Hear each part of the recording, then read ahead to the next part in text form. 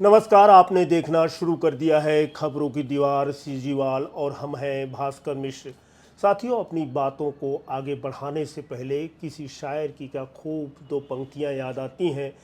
कितनी आसानी से मुझको ज़िंदगी ने कह दिया, तू नहीं तो मेरा कोई दूसरा हो जाएगा। हम तो दरिया हैं, हमें अपना हुनर मालूम है, जिस तरफ भी बह के निकले रास्ता हो जाएगा। आज सीजीवाल के खास कार्यक्रम में हम एक ऐसे व्यक्तित्व से परिचय कराने जा रहे हैं जिसका प्रभाव गांव से शुरू होकर पूरे देश पर यदा कदा दिखाई देता रहता है। प्रदेश की सीमाओं को तोड़कर पत्रकारिता की दुनिया में एक विशेष मकाम हासिल किया है ऐसा व्यक्ति जिसकी यात्रा तो शुरू होती है एक बहुत पिछड़े गांव से, अविभाज्य मध्य प्रदेश के बिलासपुर ज़िले के बहुत ही पिछड़े गांव से, लेकिन उसका ऑरा लंदन तक दिखाई देता है। साथियों, हम ऐसे व्यक्तित्व की बात कर रहे हैं जिन्हें हर वर्ग ने हाथों हाथ पत्रकारिता की दुनिया में लिया है। जी हाँ, हम ऐसे व्यक्तित्व की बात कर रहे हैं जिसे घर में तो लोग मुन्ना कहते हैं और उनके लंगोटिया यार उन्हें मुन्ना भैया कहते हैं। अलग बात है कि शिक्षा जगत उन्हें रुद्र कुमार कहता है, लेकिन पत्रकारिता जगत में वो रुद्र भैया कहलाते हैं। जी हाँ, हम बात कर रहे हैं पत्रकारिता के शलाका पुरुष रुद्र अवस्थी के बारे में। आइए बातचीत करते हैं कि पत्रकारिता की दुनिया में उनका कैसे आना हुआ, और यह भी बताते चले कि सीजीवाल के आप प्रधान संपादक भी हैं। अवस्थी जी, आपका सीजीवाल में स्वागत है। शुरुआत हम कहाँ से करें, क्योंकि आपकी ज़िंदगी का लंबाई तो इतना है कि जिसके ऊपर प्रकाश डालना कुछ मिनट या घंटों में संभव नहीं है। जहाँ तक मुझे जानकारी है कि आप अविभाज्य मध्य प्रदेश के अविभाज्य बिलासपुर ज़िले के बहुत ही पिछड़े गांव पथरिया से बिलोंग करते हैं, और फिर आपने अपना ऑरा ऐसा बनाया कि लंदन तक पहुंचते हैं। पत्रकारिता में प्रवेश क्यों, जबकि आपका पूरा परिवार डॉक्टरी पेशा से, मेडिकल पेशा से हुआ? कैसे आप पहली बार लिखने लिखाने से परिचित हुए? पथरिया की भी जिक्र करते चलेंगे। भास्कर, ये बातचीत जो है वो मैं एक अपने छोटे भाई से कर रहा हूँ, और ऐसी बातचीत को हम लोग साक्षात्कार कहते हैं। लेकिन जब कोई आत्मी अपने संग बात करता है तो वो, मैं उसे मानता हूँ कि वो एक तरह से आत्म साक्षात्कार की तरह हो जाता क्या है। बात है जैसे जी। अपने अंदर ही झांकना हो, अपने अंदर ही देखना हो। मुझे लगता है कि कभी कभी ऐसा अवसर आना चाहिए कि हम अपने अंदर भी झांकें और देखें। इसलिए नहीं कि हमने क्या क्या किया, क्या नहीं किया। खैर, अब बात जहाँ तक है, अब जो बातचीत शुरू हुई कि एक पत्रकार के नाते मुझे लगता है कि अपना लिखा किसी भी जगह, किसी अखबार में, किसी पत्रिका में, किसी किताब में लिखा हुआ देखने का जो एक थ्रिल होता है ना, एक रोमांच होता है, मैं मतलब वहीं से बात शुरू करता हूँ। वो जो जीवन भर किसी पत्रकार के संग इसलिए जुड़ा रहता है कि वो कहीं भी लिखे, वो देखना चाहता है कि मैंने जो लिखा वो किस तरह दिख रहा है। तो ये मेरी शुरुआत तो वैसे मैं स्कूल के दिनों में कभी, जब मैं छोटे वैसे नाटकों में भी हिस्सा लेता था, अच्छा, तो मैं एक राम कुमार आप वर्मा वाद्य की, यंत्र भी बजाते हैं, ये जानकारी है। तो राम कुमार वर्मा की एक जो उनका नाटक है, उसमें पन्ना धाय का रोल मैंने किया था। तो उस रोल को देखकर वहाँ के जो स्थानीय संवाददाता है, उसने एक खबर भेजी थी जिसमें अच्छा अभिनय करने के नाम पर मेरा नाम छपा। तब मैंने अखबार में कहीं अपना नाम पहली बार कितनी छपा उम्र हुआ रही देखा। होगी आपकी उस समय? 8वीं 9वीं के क्या? आसपास की बात अच्छा। हो। फिर उसके बाद जब मैं 9वीं कक्षा में था, मुझे याद है अच्छी तरह से, तो उस समय जो पत्रिकाएं आती थी छोटे छोटे बच्चों की, उसमें कुछ रोचक चीज़ों को कलेक्ट करके और अपने नाम से प्रकाशित कराने का एक वो था। अभी भी पत्रिकाओं में, बच्चों की पत्रिकाओं क्रेज में, है हाँ, का? क्या आप जानते हैं ये कि दुनिया का सबसे बड़ा महाद्वीप ये है, छोटा ये है। तो मैं उसमें कुछ चीज़ें ऐसी कलेक्ट किया और मैंने एक उसमें बनाया। उसमें एक लाइन थी, जो दुनिया का सबसे बड़ा फूल होता है रेफलिशिया, रेप्लिशिया। रेफलिशिया का फूल होता है बॉटनी का, वो दुनिया का सबसे बड़ा फूल होता है। उसका परागण जो होता है वो हाथी जब वहाँ से गुजरता है उससे परागण होता है। वो भी उसमें छपा। तो छपने के बाद हमारे जो टीचर थे वो बाहर गए थे, वो आए वापस, तो उन्होंने मेरे को बधाई दी, भाई तुम्हारा नाम छपा है, पेपर में नाम छपा है। लेकिन फिर उसके साथ में उन्होंने ये भी कहा कि गलती हुई है उसमें, उसमें तुम्हारे नाम से लिखा हुआ है कि रेफलिशिया का फूल दुनिया का सबसे बड़ा फूल है जिसका वजन हाथी के बराबर होता है। तो उन्होंने मुझे बोला कि परागण की थी, बात परागण की थी, गलती हो गई है। तो मैं ये बताना चाह रहा हूँ कि जब पहली बार मेरे नाम से कोई चीज़ छपी तो मुझे खट्टा मीठा दोनों अनुभव हुआ, कि जब ये एहसास भी हुआ कि नाम छपना कितना अच्छा लगता है, और फिर उसके बाद गलती का भी गलती अगर हो अपने नाम से तो भी क्या तकलीफ होती है, ये भी मैंने महसूस किया। ये सबसे पहला अवसर था। जहाँ तक खबर का सवाल है वो भी बड़ा दिलचस्प है। मैं तो बिलासपुर में साइंस कॉलेज का बीएससी का स्टूडेंट था, गांव जाता आता रहता था बीच बीच में अप डाउन छुट्टियों के चलता दौरान। था। हाँ, छुट्टियों में कभी भी छुट्टी मिली। एक ऐसा ही अवसर था, एक अखबार के वहाँ के संवाददाता थे जिनका मेरा अच्छी मुलाकात थी, पथरिया के। ये पथरिया गांव की बात होगी, 1900 मतलब 80 के आसपास की बात होगी, उसी के आसपास, 79 हो सकता है, 81 भी। तो एक वहाँ घटना हुई। हमारा घर गांव में पथरिया में थाने के सामने है। वहाँ एक सुबह सुबह एक जीप खड़ी थी। उस जीप में के आसपास लोगों की भीड़ थी। अब हम लोग सुबह उठते ही हमको सबसे पहले वही दिखाई देता था, सामने का हिस्सा, मैदान। बिल्कुल। तो वो भीड़ क्यों है, जाके देखे तो वहाँ सामने की सीट पर एक व्यक्ति खून से लथपथ पड़ा है, गोली लगी है उसको, और वो मौत हो चुकी थी उसकी। सब जिज्ञासा के साथ देख रहे थे। किसी ने बताया कि पीछे भी एक बॉडी है, उसको भी गोली लगी है, वो भी मर गया। तो मुझे लगा कि जैसे वो जो एज थी, ये गाड़ी पूरी लाशों से भरी हुई है क्या। फिर आसपास पूछे तो क्या घटना हुई, तो किसी ने बताया कि नाथघाट के पास रात में कुछ लोगों ने गोली मारी, तो ड्राइवर ने अंत में ये पास का थाना दिखा तो यहाँ लाके गाड़ी खड़े कर दिए। अब मुझे जो उस घटनाक्रम से समझ में आया, वो जब हमारे वो पत्रकार जो हमारे आदरणीय हैं वो जब मिले, तो मैंने कहा कि उसको इस तरह का अगर बनाया जाए, ये आपने तो ये जो मुझे जो महसूस हुआ था उसको ऐसा लिखा जाए। उन्होंने कहा लिख लो। मैंने लिख के दिया, उन्होंने अपने हाथ से लिखे, फिर वो फोटोग्राफ कलेक्ट किए, पुलिस का क्या वर्जन है ये सब लेके, वो उस समय रायपुर से अखबार छपता था, वो रायपुर गए, वो फ्रंट पेज में उनके नाम से वो स्टोरी छपी, मगर शब्द कुछ थे वो मेरे लिखे थे। वो जो छपा हुआ जब खबर को देखा, वो मुझे पीड़ा नहीं हुई कि आपका नाम नहीं है? पीड़ा नहीं हुई, लेकिन वो चूंकि उसके हकदार वही थे, वो तो केवल मेरा एक आइडिया था। मगर ये बताना चाहता हूँ कि उस समय से मुझे इस तरह की चीज़ों को लिखने का भी था, और इसके साथ साथ में मैं लेटर टू एडिटर में भी चीज़ें लिखा करता था। तब मुझे क्रिकेट में भी बहुत ज़्यादा दिलचस्पी थी, और दुनिया की बहुत सी चीज़ों में तो मैं लेटर टू एडिटर में अपने पत्र छपाया करता था। तो उसके कारण से एक लिखने का क्रम जो था वो बना हुआ था। एक और दिलचस्प बात बताता हूँ लिखने पढ़ने के मामले में। आज के इंस्टाग्राम और फेसबुक वालों के लिए, कि जब हम 75, 80, 85 के आसपास की बात बता रहा हूँ, उस समय ये सब तो नहीं था सोशल मीडिया, लेकिन लोगों की एक दिलचस्पी का विषय था पत्र मित्रता। अच्छा। एक लोगों के जैसे किसी की दिलचस्पी कि वो पत्र मित्रता करेगा, तो वो आपको मैंने देखा नहीं है, लेकिन आपके नाम से मैं चिट्ठी लिख रहा हूँ, वो आप जवाब दे रहे हैं, हम एक दूसरे को चिट्ठी लिख रहे हैं। अच्छा, ये पत्र मित्रता, तो उनसे परिचय कैसे होता था? फ्रेंडशिप, ये क्या होता था उसके, अगर किसी कुछ लोगों की का परिचय छपता था किसी मैगजीन में, अच्छा। उसके संग अगर उसकी रुचि पत्र मित्रता है, हाँ। तो हम उसका एड्रेस लेते थे और एड्रेस अच्छा। में चिट्ठी लिखते थे। तो अच्छा वो लगा, ये मैं अच्छा बहुत, लगा। हाँ, बहुत से लोगों को मैं इस तरह की चिट्ठियाँ लिखता था। तो वो चिट्ठियों को जवाब में मुझे अभी भी याद है, कुछ लोगों का जवाब ऐसा भी आया जो मुझे लिखते थे कि आप लिखते बहुत अच्छा हैं, आपको आने वाले समय में लेखन के क्षेत्र में होना चाहिए।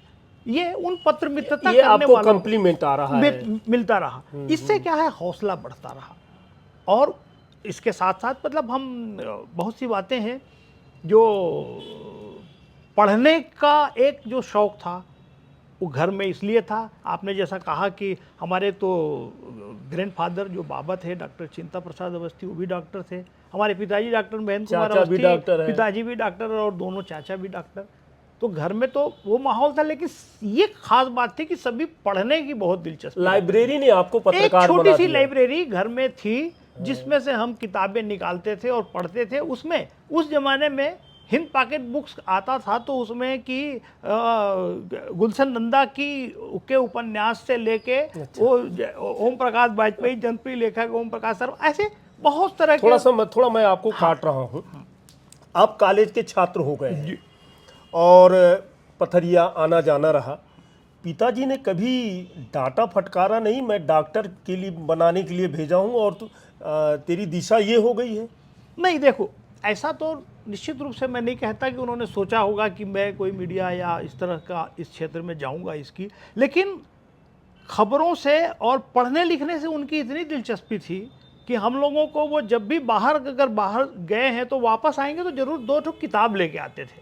और हम लोगों के लिए वो टॉनिक था बिल्कुल। वो एक आज जैसे ऑनलाइन कोई चीज़ मंगाई जाती है ना, उस समय पोस्ट से आती थी, वीपी से। तो वो हम लोगों के लिए हर महीने, मुझे अभी भी याद है, पराग नाम की पत्रिका थी टाइम्स ग्रुप की, वो हमारे यहाँ नियमित आती थी आप लोगों के लिए? हाँ, वो डाक से आती थी, डाकघर जब डाकिया लेके आता था, कई बार हम स्कूल जाने के लिए तैयार होते थे और जब जाते थे कि वो डाकिया आ गया तो वो किताब निकाल के एक बार पलट लेते थे, इस बार क्या क्या आया है। मतलब वो पढ़ने की दिलचस्पी थी। उत्कंठा थी हाँ, आपकी। तो एक ये, दूसरा खबरों में उनकी ऐसी दिलचस्पी थी कि डेली बीबीसी में जो शाम को 7:20 में, 7:40 में आजकल जो कार्यक्रम आता था वो ट्यून में ही करता था, 31, 41, 19, 25 मीटर बैंड में, जहाँ से बेहतर सुनाई दे मुझे। हाँ, ये भी मुझे मालूम है कि मैं ये वो उन्हें मैंने लगाता था और वो उसको मुझे वो दिलचस्पी रखती। मेरी सवाल फिर से वहीं ला रहा हूँ। आप पहली बार, यानी साइंस के विद्यार्थी हैं, पिता डॉक्टर हैं, लाइब्रेरी ने आपको पढ़ाका बना दिया। सवाल ये उठता है कि पहली बार आपको पत्रकार बनने का, मेन स्ट्रीम के पत्रकार में दरवाजा कब खटखटाया आपने? क्या हुआ कि सन के साथ बताइए। ये बात है 1983-84 की। हाँ, 83-84 की। मैं लेटर टू एडिटर बताया ना, मैं लिखता था यहाँ लोकस्वर में, बिलासपुर के संस्करण में। उस समय डॉक्टर सच्चिदानंद पांडे संपादक थे, वो नागरिक प्रचारणी सभा से जुड़े हुए थे, बहुत हिंदी के विद्वान थे। तो उनको मैं जब लिखता था तो उन्होंने धीरे धीरे करके एक बार मुझसे कहा कि तुम पथरिया से संवाददाता के रूप में खबर क्यों नहीं भेजते। मैंने कहा भेज सकता हूँ मैं। अभी तक तो मैं खाली ही था, कुछ प्रतियोगी परीक्षाओं की तैयारी के सिलसिले में और गांव में रहना, ग्रेजुएट होने के बाद इधर उधर रहता है। तो उसमें उन्होंने मुझे संवाद पत्र, कुछ लिफाफे, ये सब अखबार से, प्रेस से दिए। मैं जाके वहाँ पर, और एक उसके बाद हमारा कार्ड भी बन गया संवाददाता का। वहाँ से मैं समाचार भेजता था। वो समाचार देखिए, मैं बस वाले को देना और वहाँ से यहाँ लिफाफा प्रेस में पहुँचना, फिर उसके बाद दूसरे दिन अखबार में कहाँ छपा, ये देखना, ये बड़ी जिज्ञासा है। तो बड़ी जिम्मेदारी महसूस कर रहे थे। ये लिखने लगे। हाँ। फिर मुझे लगा कि ये सामान्य खबरें तो खूब होती हैं आसपास की, कुछ मैं अलग सा लिखूं। तो मैंने एक बार वो प्रयोग किया। देखिए, वो प्रयोग अपने पत्रकारिता के शुरुआत दौर से मुझे करने का एक वो रहा है, शगल रहा है कि ये प्रयोग क्यों न किया जाए, कि अपने आप को मैंने पथरिया गांव का बना के पथरिया की आत्मकथा के रूप में एक डिस्पैच लिखा। अच्छा। वो कि मैं यहाँ से यहाँ इतनी दूरी पर हूँ, मेरी ये स्थिति है, मेरे विकास को लेकर ये स्थितियाँ हैं, यहाँ इस व्यवस्था का ये हाल है, इस सुविधा का ये हाल है। ऐसा मैंने डिटेल लिखा। फिर ये मैं डॉक्टर सच्चिदानंद पांडे जी के सामने, वो स्वयं उस दिन आया था मैं बिलासपुर, उनके सामने वो डिस्पैच रखा। उन्होंने उसको पन्ने पलटे, पूरा पढ़ा मेरे सामने, और पीछे में हेडिंग लिखने की परंपरा थी उस समय, उन्होंने हाथ से लिखा। मुझे लगा कि ये क्या हेडिंग लिख रहे हैं। फिर जब उन्होंने मेरी तरफ बढ़ाया, उस हेडिंग में लिखा था, खामोश मैं पथरिया हूँ वही पुराना। इस हेडिंग से उन्होंने मेरे नाम से, बाई वो लाइन। मुझे, मेरे पास वो डिस्पैच छपा हुआ अभी भी है। इस तरह से मैं वहाँ उस समय 1984 का जो लोकसभा चुनाव हुआ उसको भी कवरेज करने का मौका मिला शुरुआती दौर में। वैसे हम चुनावों को तो 77 का चुनाव भी याद है अच्छी तरह से कि कैसा घटनाक्रम हुआ था, लेकिन एक रिपोर्टर के रूप में उस समय वो छापने का अवसर मिला। ये तो थी कहानी जब मैं वहाँ एक संवाददाता था। पथरिया संवाददाता। हाँ। इसके बाद अब कहानी ये है कि मैं बिलासपुर कैसे आया। हम्म। तो डॉक्टर सज्जन पांडे यहाँ अब ये मेन स्ट्रीम की पत्रकारिता में, जिसमें एक मेरा पेशा के रूप में मैंने जब हाँ, स्वीकार इस किया। बीच में थोड़ा सा मैं पॉज लूंगा।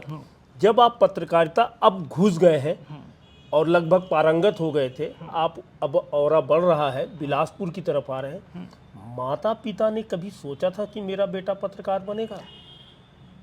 ऐसा तो नहीं कहूँगा कि उन लोगों ने ये सोचा होगा, लेकिन ये जरूर है कि मुझे एक समय के साथ जिम्मेदार बनता हुआ देख के खुशी तो हुई होगी कि मैं, एक जो समय आता है कि हम ग्रेजुएशन किए आगे बढ़ रहे हैं, उस समय एक स्वयं का कोई एक रास्ता अख्तियार यानी कर ले, अपना खुद सेल्फ मेड थे सेल्फ वहाँ मेड पे। बनने की कोशिश करने लग जाएं, कुछ करने लग जाएं। ये देख के तो शायद उन्हें लगा होगा कि ये स्वावलंबी तो बन रहा है, अपने पैर में खड़े होने की रास्ता स्थिति तो सही बना है। रहा है, ऐसा लगा होगा, और रास्ता भी ठीक पकड़ रहा है। ये जरूर है कि मुझे ये नहीं मालूम कि उनकी कल्पना में क्या था और वो क्या बनते हुए देखना चाहते थे, मगर मुझे ये बनता हुआ देख के मुझे तो लगता है कि उन्हें तकलीफ तो नहीं हुई होगी, ऐसा मुझे लगता है। अब आप आ रहे हैं बिलासपुर, लोक स्वर आ रहे हैं कि नवभारत आ रहे हैं या बिलासपुर टाइम्स में आ रहे देखिए, हैं? शुरुआत हुई थी मेरी, डॉक्टर सज्जनानंद पांडे जी उस समय युग पराक्रम एक अखबार यहाँ निकलता था शाम का, उसके संपादक थे वो। उन्हें शायद याद रहा होगा कि एक लड़का पथरिया हाँ का है, उन्होंने एक संदेश भेजा मेरे पास कि यहाँ आके काम करना चाहते हो क्या, मतलब उन्होंने केवल संदेश भेजा मिलने के लिए। मैं आया तो उन्होंने मुझे प्रस्ताव रख दिया।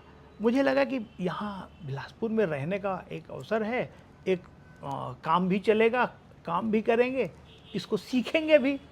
ये सोच के मैं हाँ कहा, और मैंने यहाँ 1984 के शायद जुलाई महीने की बात है, पथरिया मैं से डेरा उठाया उठाया और मैं बिलासपुर आ गया। अब इस शहर में बताया ना कि मैंने तो साइंस कॉलेज में यहाँ पढ़ाई की है और यहाँ रहा हूँ। मेरे ये शहर तो मेरा शुरू से ही अपना शहर है, गांव का व्यक्ति, मेरा बचपना गुजरा गांव के रूप, लेकिन शहर तो पहला शहर हमारा यही है। और इस शहर ने उसके बाद मुझे अपनी गोद में पूरी तरह से संभाल लिया। एक गवैया आदमी को यहाँ आने के बाद कभी ये महसूस नहीं हुआ कि कोई हम मतलब कहीं और बचपना गुजरा है या हम यहाँ से कहीं अलग हैं। और फिर उस समय उस समय कुछ दिनों तक तो युग पराक्रम में चला, उसके बाद मुझे लोकस्वर में अवसर मिला। गुरुदेव काश्यप जी उस समय कुछ समय के लिए वहाँ संपादक थे। उसके बाद तो वो रायगढ़ चले गए। बाद में यहाँ हमारे और भी बहुत सारे साथी थे। वो ऐसा समय था जब बहुत कम रिपोर्टर होते थे, पेज भी कम था, लेकिन रिपोर्टर कम होते थे तो बीट जैसी कोई व्यवस्था नहीं थी।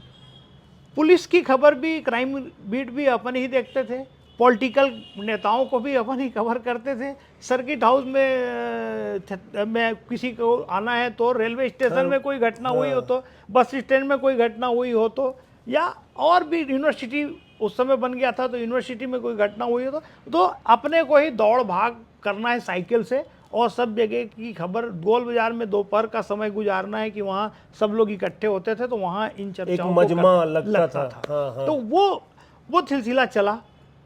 वहाँ से बहुत अधिक समय नहीं गुजरा था मुझे, ये शायद 1986-87 की बात है। मुझे राष्ट्रीय अखबार में जनसत्ता, जो इंडियन एक्सप्रेस ग्रुप का अखबार है, उसमें काम करने का मौका ये मिल कैसे गया। मिल गया? एकाएक लोक स्वर बिल्कुल स्थानीय है हाँ। और एकाएक राष्ट्रीय स्तर पर उस पेपर की बात कर रहे हैं जिसका 2 दिन बाद भी मिल जाए तो लोग पढ़ने का इंतजार करते उस हैं। समय तो ऐसा उस अखबार का की विश्वसनीयता थी, उसकी पहचान थी कि लोग सच में इंतजार करते थे कि अखबार कब का है नहीं मालूम है, अगर उनके हाथ में आया वो नया है। जिस समय उनके हाथ में आया तब वो नया तभी अखबार वही होता। पहले उसमें थे। जो कमेंट्स और कमेंट्री और ये रहा करते थे तो वहां उसी का। कैसे पहुंच गए आप? वो भी कहानी बड़ी दिलचस्प है। उस समय राजीव गांधी प्रधानमंत्री थे, उन्होंने लाल किले की प्राचीर से देश में भयानक सूखा पड़ा, इसके बारे में उन्होंने बात कही थी 87 में। 87 में। तब उस समय के माने मीडिया के तरफ से वास्तविक क्या स्थिति है देश की, ये देखने के लिए जैसे जनसत्ता ने महेश पांडे जी उनके प्रदेश के ब्यूरो थे, हेड थे, हाँ, भोपाल भोपाल अविभाजित बैठते थे। मध्य प्रदेश में। तो उन्होंने वो इधर दौरे पर आए थे, बिलासपुर क्षेत्र। हाँ, पूरे छत्तीसगढ़ के दौरे में। ये मुझे नहीं मालूम था। मैं अपने अखबार में शाम को बैठ के काम कर रहा लोकसर था। में। हाँ, वहाँ एक जनसंपर्क विभाग के हमारे परिचित अधिकारी आए, उन्होंने बताया कि वो मिलना चाहते हैं महेश पांडे जी। मैं उनकी खबरें देखो, जनसत्ता तब तक को अखबार को ऐसा था मेरे लिए कि मैं उसको रोज प्रेस से रात को लौटने के बाद जाके घर में पढ़ता था ही। उसमें इतने आर्टिकल्स, उसकी खबरों को लिखने का तौर तरीका, और दिल में इच्छा रहती थी कि कभी ऐसे अखबार में काम करने का मौका मिले तो कितना अच्छा लगे। क्या बात है। लेकिन अब वो मिलने आए तो मुझे लगा कि अरे जनसत्ता के वो ही मिलने आए तो तब महेश बातचीत पांडे कुछ- से आपका नहीं, नाम मेरा हम जानते थे? हाँ, नाम वो तो वो नाम मेरा नहीं जानते थे। नहीं, आप जानते थे? मैं उनको पढ़ता था, उनके डिस्पैच आते थे, उनसे तो मिलना मेरे तो लिए बड़ी बात कितना थी। बड़ी बात रही होगी आपके लिए। तो बातचीत थोड़ी सी 5 मिनट उन्होंने की, इधर उधर का हालचाल पूछा, फिर मुझसे कहा कि कल मुलाकात हो सकती है तुमसे। मैंने कहा बिल्कुल मिलूंगा। अब तो एक होटल में ठहरा हूँ, बोले मैं आ जाओ सुबह। मैं मिलने गया, चाय वाय पिए, उसके बाद पूछने लगे वो सूखे के बारे में। तो उस समय आदत थी रिपोर्टिंग की कि स्पाइरल पेड होता था जिसमें पूरे बिलासपुर संभाग की एक एक जानकारी अवेलेबल थी कि कितना रकबा बोया गया है, कितने में सूखा पड़ा है, क्या स्थिति, कितने किसान प्रभावित हैं, पूरा डिटेल उनको मैंने ये एक्स्ट्रा बताया। क्यूरिकुलम था आपका कि ये मेरे स्वभाव में था कि मैं ये सब चीज़ें अपने से ही कलेक्ट करके रखता था। अच्छा। तो मैं उनको बताया, तो वो फिर जो भी प्रभावित हुए, फिर उसके बाद उन्होंने मुझसे कहा कि जनसत्ता में काम करोगे। मैंने अरे। कहा कि ये मेरे लिए तो बड़ी सौभाग्य की बात होगी। फिर आगे मैंने कुछ नहीं कहा, उन्होंने कुछ नहीं किया। एड्रेस नोट किया, मेरा नाम वाम डिटेल नोट किया और चले गए। महीने 2 महीने गुजरे, मैंने सोचा कि ये तो ऐसे ही बोले होंगे। लेकिन एक दिन मेरे पास तार आया, टेलीग्राम से मैसेज आया कि इस तारीख को भोपाल के यहाँ भदभदा रोड स्थित जो कार्यालय है, इसमें इंटरव्यू में आपको आना है, आमंत्रित आना किया है। जाता है।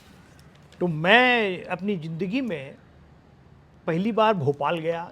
पहली बार बिलासपुर छोड़ा। हाँ, भोपाल गया। भोपाल स्टेशन में ही मेरे को पुन्नूलाल मोहल्ले, उस समय हमारे जरा गांव के विधायक थे, अच्छा। तो वो देखते ही पहचान के कहाँ जा रहे हो, तो मैंने कहा कि मैं भोपाल जा रहा हूँ। तो वो स्टेशन पे मिल गए मिल आपके? गए।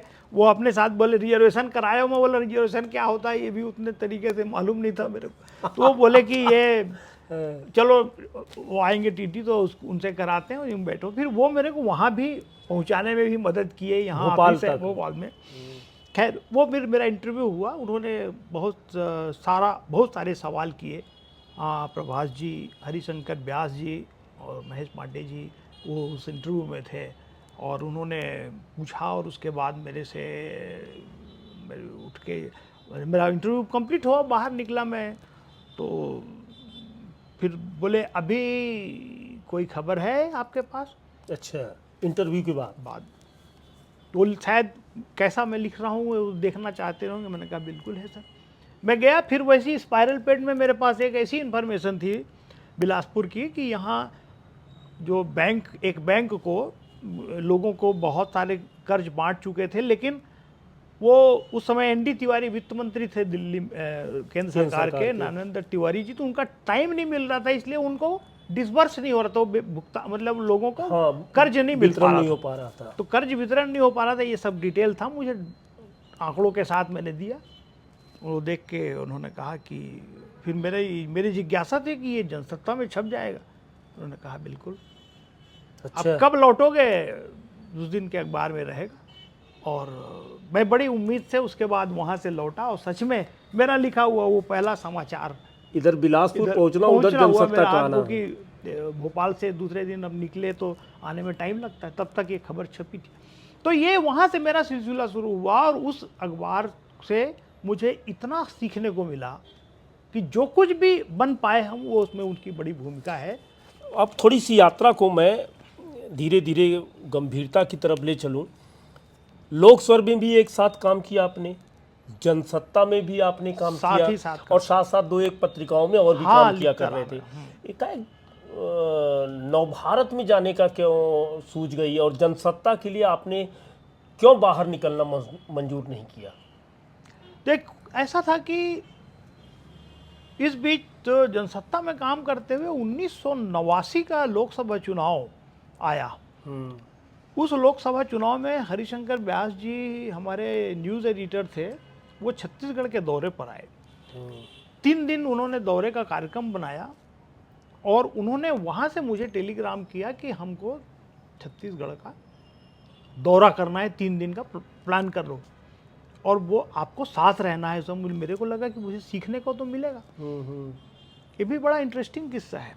इसमें मेरी बहुत बड़ी हस्ती से मुलाकात हुई इस हरिशंकर व्यास जी के साथ साथ।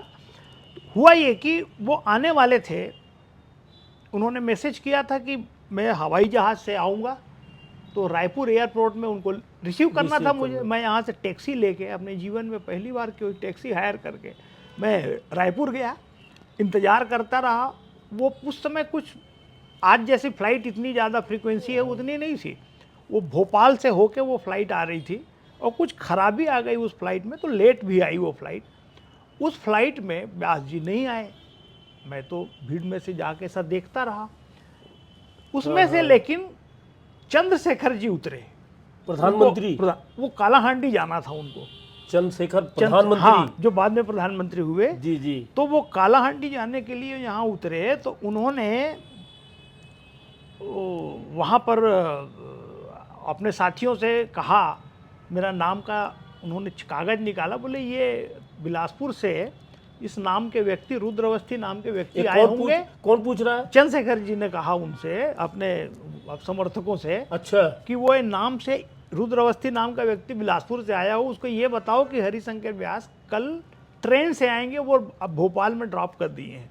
क्या बात है। तो उन्होंने मुझे बुला के अच्छा। इस बारे में बताया। मैं बहुत यंग रिपोर्टर, और ज़्यादा कुछ उनसे बात तो नहीं हुई, लेकिन ये सूचना मेरे को उनके माध्यम से बड़ी हस्ती से मिल रही है। फिर मैं आए जो दूसरे दिन, तो मैंने पूरे छत्तीसगढ़ का दौरा किया। उनके नज़रिए से मैंने चुनाव को देखा।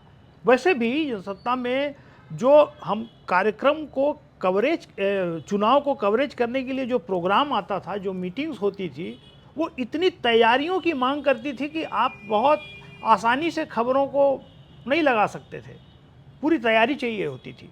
तो वो और उसके साथ साथ में उस चुनाव में सर्वेक्षण भी कराया अखबार ने, जनसत्ता ने।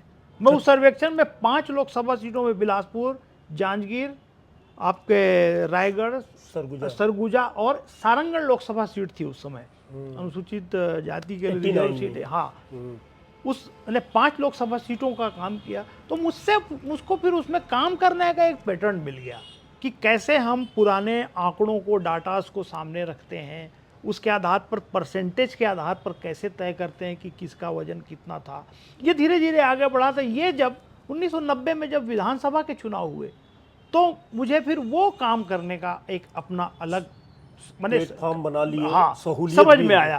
उसको मैं जिस लोकल अखबार में काम करता था, मैं वहाँ के लिए भी उसको आज उस जो वो ज्ञान है उसका उपयोग मैं यहाँ भी करता था। यहाँ भी होता था, वहाँ भी लिखते थे, वहाँ के लिए भी लिखता था, और यहाँ के लिए भी लिखता। इतना समय मिल जाता था आपको? मैं एक समय में तो आपको बता रहा हूँ कि मैं 2-2, 3-3 संस्थाओं के लिए, 4 संस्थाओं के लिए काम करता था अपने समय में। जो नियमित अखबार जहाँ पे नौकरी है वहाँ अलग काम करना, फिर रात को 1-2 बजे तक लौटना, फिर डिस्पैच बनाना जनसत्ता के लिए।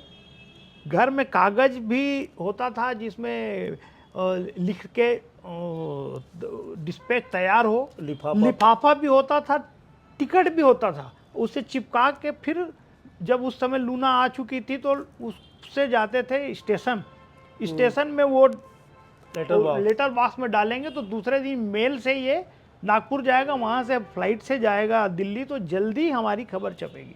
क्योंकि टेलीग्राफिक अथॉरिटी मिली थी जो टेलीग्राम के थ्रू खबर भेजते थे, लेकिन वो अर्जेंट खबरों के लिए होती थी।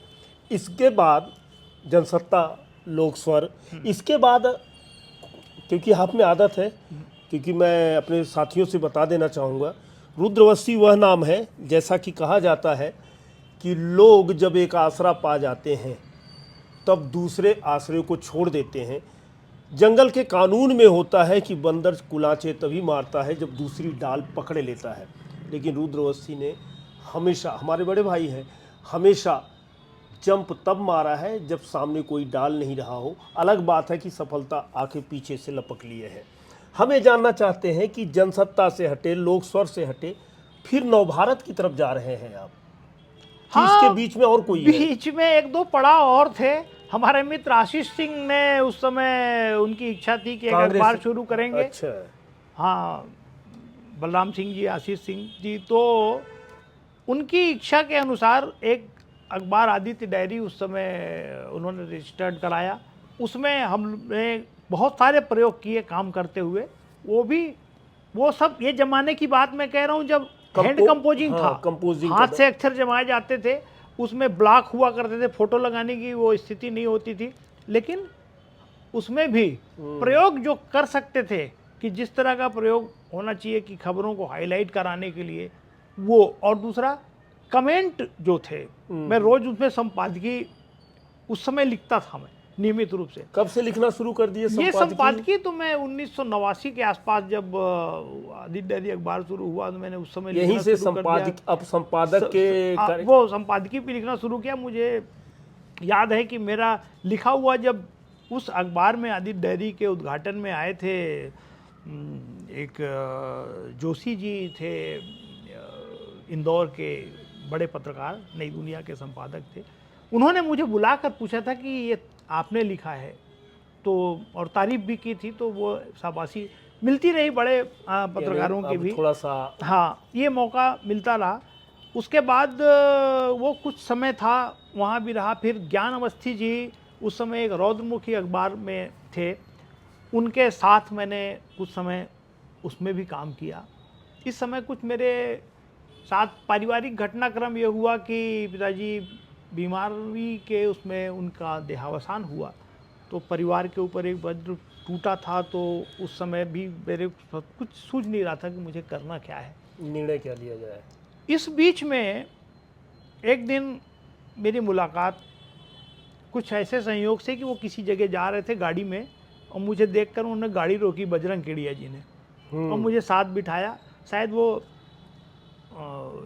मौका था कहीं, अर्जुन सिंह जी मुख्यमंत्री थे उस समय, वही आ रहे थे जैसा भी, तो मैं वहाँ गया उनके साथ। तो फिर उन्होंने रास्ते में बात की, हालचाल पूछा, फिर उन्होंने ही कहा कि तुमको नवभारत आना चाहिए। तो मैंने फिर नवभारत ज्वाइन कर लिया। अच्छा। और मैं वहाँ फिर बहुत लंबे समय तक रहा। इस समय तक भी मेरी जनसत्ता के साथ मेरा संबंध छूटा नहीं, मैं खबरें वहाँ भी लिखता रहा, और बहुत सारी खबरें मैंने उस दौरान लिखी। और इसी बीच की बात ये भी बता रहा हूँ मैं आपको, यही 90-91 के आसपास जब यहाँ बिलासपुर में आकाशवाणी का केंद्र खुला, उसमें भी नए कंपेयर अनाउंसर की ज़रूरत थी, तो उसमें भी हमने अपना पार्टिसिपेशन किया, और मैं वहाँ भी अनाउंसर कंपेयर का ये भूमिका भी निभाता रहा हूँ। और रेडियो में जाके, radio Navbharat, all India radio service, इसमें उसी समय मुझे ना दूरदर्शन ने कुछ साहित्यकारों के इंटरव्यू लेने का एक कॉन्ट्रैक्ट दिया, तो मैं कुछ इलेक्ट्रॉनिक मीडिया से भी कैसे रूबरू नहीं, हुआ। मैं उसकी उस हाँ। पक्ष को बाद में लाऊंगा, क्योंकि ये दौर में मैं आपके साथ बहुत गुजारा हूँ। तो मुझे नवभारत और आकाशवाणी के बीच की कुछ कथा याद हो। बजरंग केडिया किस प्रकार आपको वहाँ ले जाते हैं, क्या जिम्मेदारी देते हैं, आप वहाँ कुछ क्या देख रहे थे और किस प्रकार के व्यक्तित्व लोगों से मिलने का अवसर मिला? देखिए, वो बड़े समय ऐसा पारखी थे था, बजरंग केडिया, ऐसा बजरंग केडिया तो बहुत पारखी थे। उस समय प्राण चड्ढा जी वहाँ थे, अनिल पांडे जी, अशोक दीक्षित, सईद खान, आशीष द्विवेदी, के शर्मा, मतलब ऐसे जो शहर के बिलासपुर अंचल के नामचीन पत्रकारों का वो वहाँ पर सारे काम करने वाले थे। उनके बीच बहुत सीखने को मिलेगा। ये राजू तिवारी जी हमारे सिटी चीफ थे, वो इन लोगों के बीच काम करने का मौका मिलेगा, ये सोच के मैं तो बहुत ज़्यादा सीखने का अवसर मिला। मैं वहाँ जुड़ा। तो उसके पहले क्या था कि बताया मैंने कि जो राजनीतिक क्षेत्रों में जो खबरें हैं, मेरी शुरुआत के दौर में बहुत अधिक दिलचस्पी राजनीतिक खबरों से नहीं रहती थी। अच्छा, क्या बात है। शुरुआत के दौर में आज के दौर पर चुनाव होते ही सबसे पहले 6 महीने पहले रुद्रवस्ती को याद किया जाता है। लेकिन मेरी कोई दिलचस्पी पहले नहीं रहती थी। लेकिन हुआ क्या कि जैसे जैसे हम जो इसमें जैसे जनसत्ता में काम करने का मौका मिला, वहाँ पॉलिटिकल खबरों की कसावट और उसको देखते हुए, और वैसे भी उससे जुड़ने से पहले भी मैं थोड़ा सा बिलासपुर की राजनीति, बिलासपुर अंचल की राजनीति, उत्तर छत्तीसगढ़, मतलब जिसमें उस समय बिलासपुर में 3 जिले थे। बिलासपुर एक बड़ा जिला था, 25 ब्लॉक थे, जिसमें रायगढ़ और सरगुजा, तो ये तीनों मिलाकर एक बड़ा संभाग था। इसमें लोकसभा की 5 और विधानसभा की 39 सीटें थी। इनको कवरेज करने का एक वो बनता था। मैं बताते आपको एक दिलचस्प चीज़ बता रहा हूँ, फिर आपको नवभारत के बारे में बताऊँगा कि 1987 में मैं लोकसभा में ही था। उस समय खरसिया का उपचुनाव हुआ। हाँ, बड़ा वो खरसिया के उपचुनाव के समय मेरी पहली बार मुलाकात दिलीप सिंह जूदेव जी से हुई।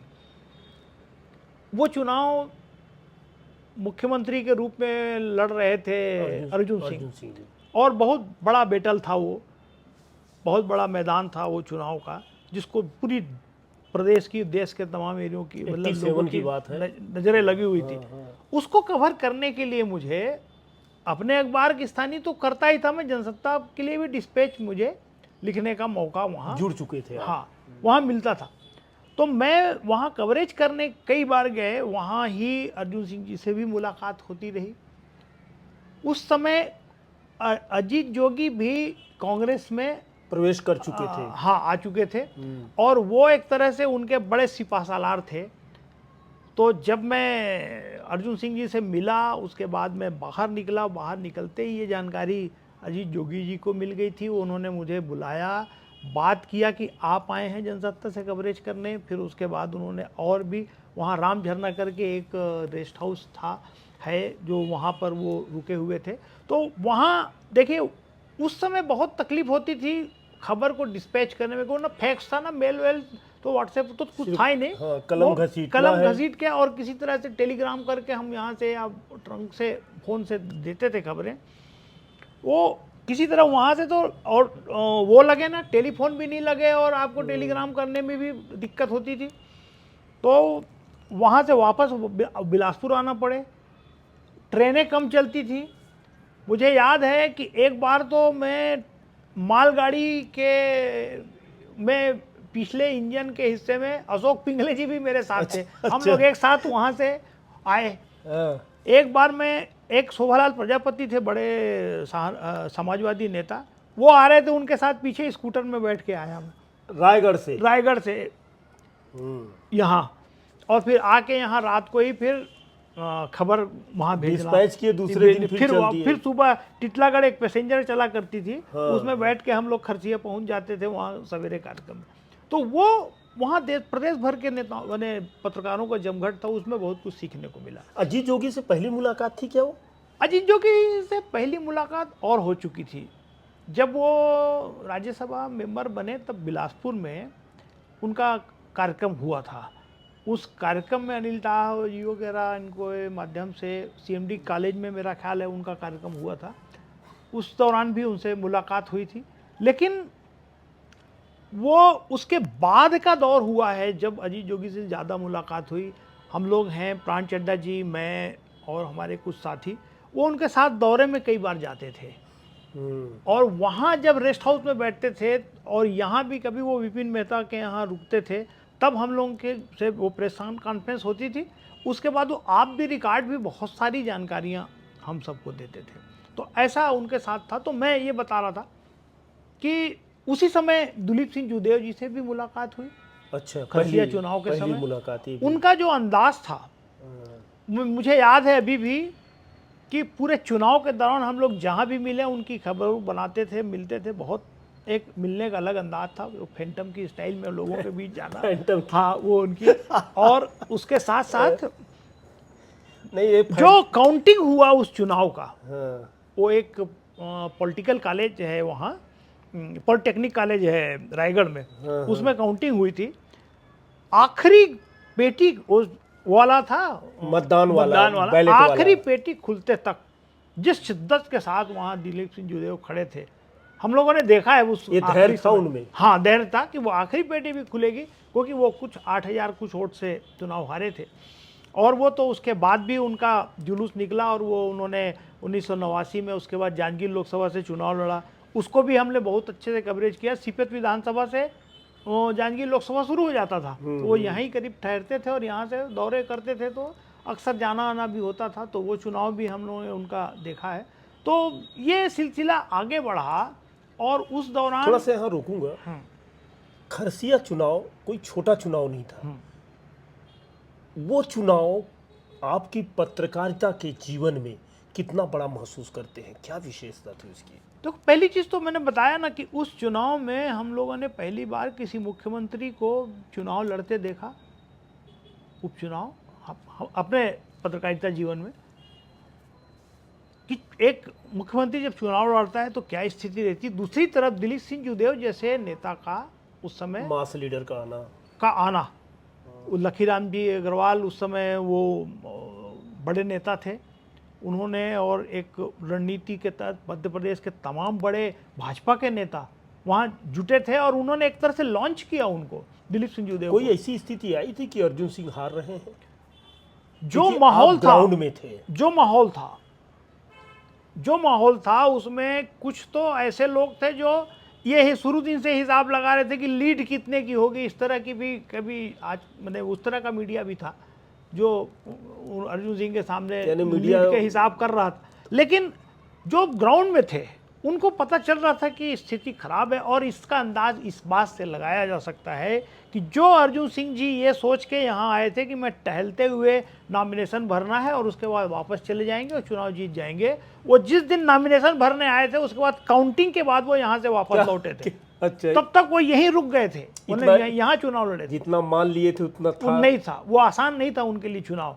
तो वो उस चुनाव ने अर्जुन सिंह जी को तो खैर विधायक के रूप में उनको मतलब चुनाव जीते और वो उनके मुख्यमंत्री तो कंटिन्यू रहा। लेकिन बीजेपी को दिलीप सिंह जूदेव जैसा लीडर मिल गया, मास लीडर, जो मेरी समझ में छत्तीसगढ़ में उनके जैसा जमीनी नेता बीजेपी में अब तक जो देखा जाए वो बहुत बड़े नेता रहे। वो नेता मिला उनको दिलीप सिंह जूदेव को।